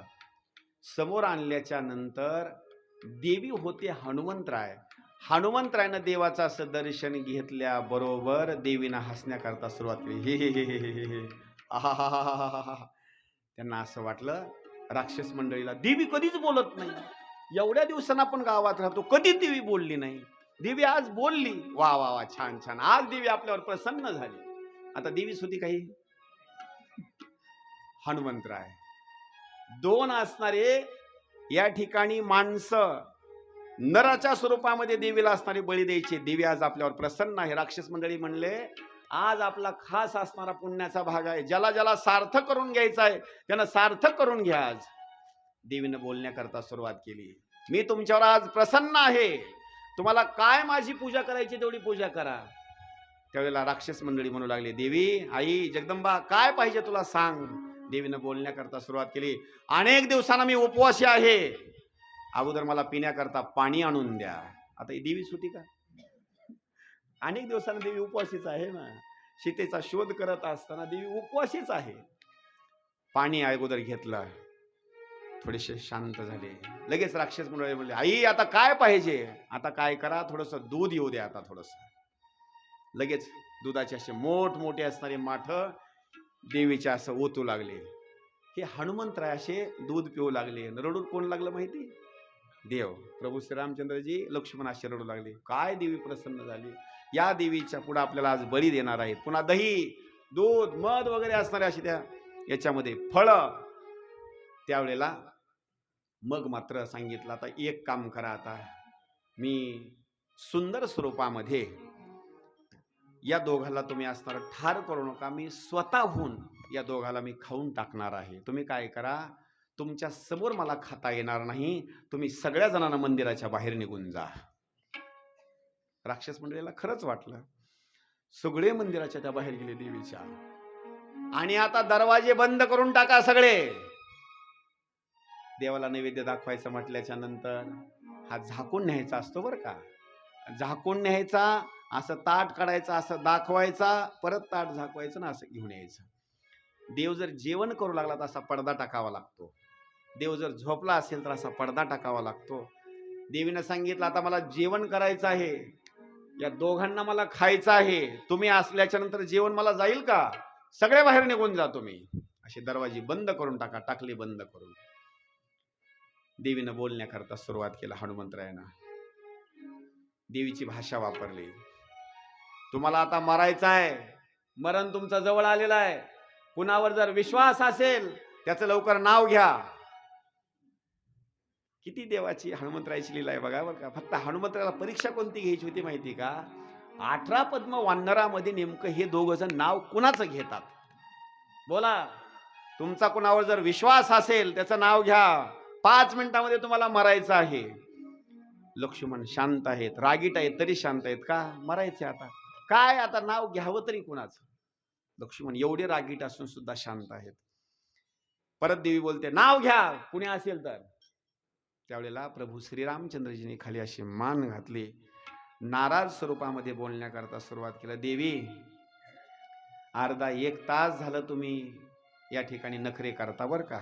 खरं सांगू का, माझा जर हनुमंतराय इथं असताना हे तुमचे काय नखरे चलत होते. हे तुमचे जे नखरे आहेत का नाही, हे तुम्ही आता माझ्या समोर एवढे जे नखरे केले का नाही, माझा जर हनुमंतराय इथं असताना तुमचा एक पण नखरा चालला नसता. एवढं नाव घेतल्याच्या बरोबर हनुमंतरायानं असं कॉलर वर करायला पाहिजे होते. 18 पद्म वानरामध्ये एकटाच पट्टे आहे असं म्हणायला पाहिजे का नाही. एकटा पट्टे आहे 18 पद्म वानरामध्ये, पण हनुमंतरायामध्ये किती लीनता आहे पहा. नाव घेतल्याबरोबर देवीचं रूप टाकून दिलं आणि हनुमंतराय चरणाच्या जवळ आले. देवा, एवढंच मला बघायचं होतं, बस संपला. हनुमंतराय समोर आल्याच्या नंतर देवाला आनंद वाटला. अरे हनुमंता तू? होय देवा, तुमच्या अगोदरीत येऊन मी थांबलोय. मी तुमच्या अगोदरीत येऊन मी थांबलो. अरे पण कसा आला? सगळी असणारी हकीकत सांगितली. त्याच वेळेला देवानं स्वतःहून हनुमंतरायाला चिरंजीव तिथं केलेला आहे. लक्ष करा बरं का. देवाचे मरण चुकविले म्हणून देवे केले अमर. कुणाचं मरण चुकवलं? रामाचं मरण हनुमंतरायानं चुकवलं. म्हणून त्यावेळेला रामानं आशीर्वाद दिला, बाबा आता तू माझं मरण चुकवलंस, तुला मरणच कधी येणार नाही. म्हणून हनुमंतराय चिरंजीव आहेत, चिरंजीव. अरे हनुमंता, आपल्याला इथून हे कार्य करून लवकर इथून निघून गेलं पाहिजे. आता वेळ कमी आहे. होय देवा, मग आता कार्य तर मला करावंच लागेल. आता तुम्ही काय करा, थोडीशी विश्रांती घ्या, राहिलेलं कार्य मी ओर करतो. म्हणलं की बघा पटकन आता परत देवीचं रूप घेतलं आणि बोलण्याकरता सुरुवात केली. आता काय करा, एका राक्षसाला मध्ये येऊ द्या. मी प्रसन्न आहे. ज्याला ज्याला जे वरदान मागायचं आहे द्यायला मी तयार आहे. एक जण मध्ये. आता माग तर माणसं गर्दी करूनच होते. वरदान मागायचे ना देवी कोण. आता दरवाजा उघडला. प्रत्येक जण मध्ये जाण्याकरता गडबड करूला. माझा नंबर, माझा नंबर, माझा नंबर. मध्ये जो कोणी येईल का नाही, हनुमंतरायचे ते टंगडे पकडायचे, गरगर गरगर फिरवायचे, गेले की खाली आपटून टाकायचं. त्याचं मुंडकं असं पिळायचं की चेंडू सारखं फिळून द्यायचं नुसतं असं. प्रत्येक जणाला मध्ये बोलवायचं, प्रत्येक जणाला राक्षसाला. एक राक्षस मध्ये यायचा, पण बाहेर मात्र आशीर्वाद घेऊन कुणीच निघायचं नाही. ते म्हणले माल मध्ये चालला, पण दुसरा काही मंदिराच्या बाहेर यायचं ना. म्हणले भाग नेमका काय आहे. अनेक राक्षस मंडळीने पुन्हा दरवाजा काढला, मध्ये पाहतात तर काय एक सुद्धा जिवंत नाही, सगळे मरण पावलेले. घनघोर युद्ध झालं. त्या युद्धामध्ये हनुमंतरायानं युद्ध केल्याच्या नंतर आही-रावण आणि महिरावण यांच्यासोबत युद्ध खेळत असताना हनुमंतरायानं महिरावणाचा असणारा वध केला. आही-रावणाच्या सोबत युद्ध खेळण्याकरता सुरुवात केली. प्रभू श्री रामचंद्रजींनी सांगितलं, हनुमंता, अरे बाबा, प्रत्येक जणाला तूच मारतो, मला पण काहीतरी वाटा दे ना, मी आही-रावणाला मारतो. होय देवा, तुम्ही मारा, आता मी थोडीशी विश्रांती घेतो. पुन्हा युद्ध सुरू झालं. आही-रावण आणि महिरावणाचं याची असणारी विशेष स्वरूपामध्ये सुंदर असणारी कथा आहे. आणि ही कथा छोटी नाही, विशेष स्वरूपामध्ये असणारी मोठी कथा.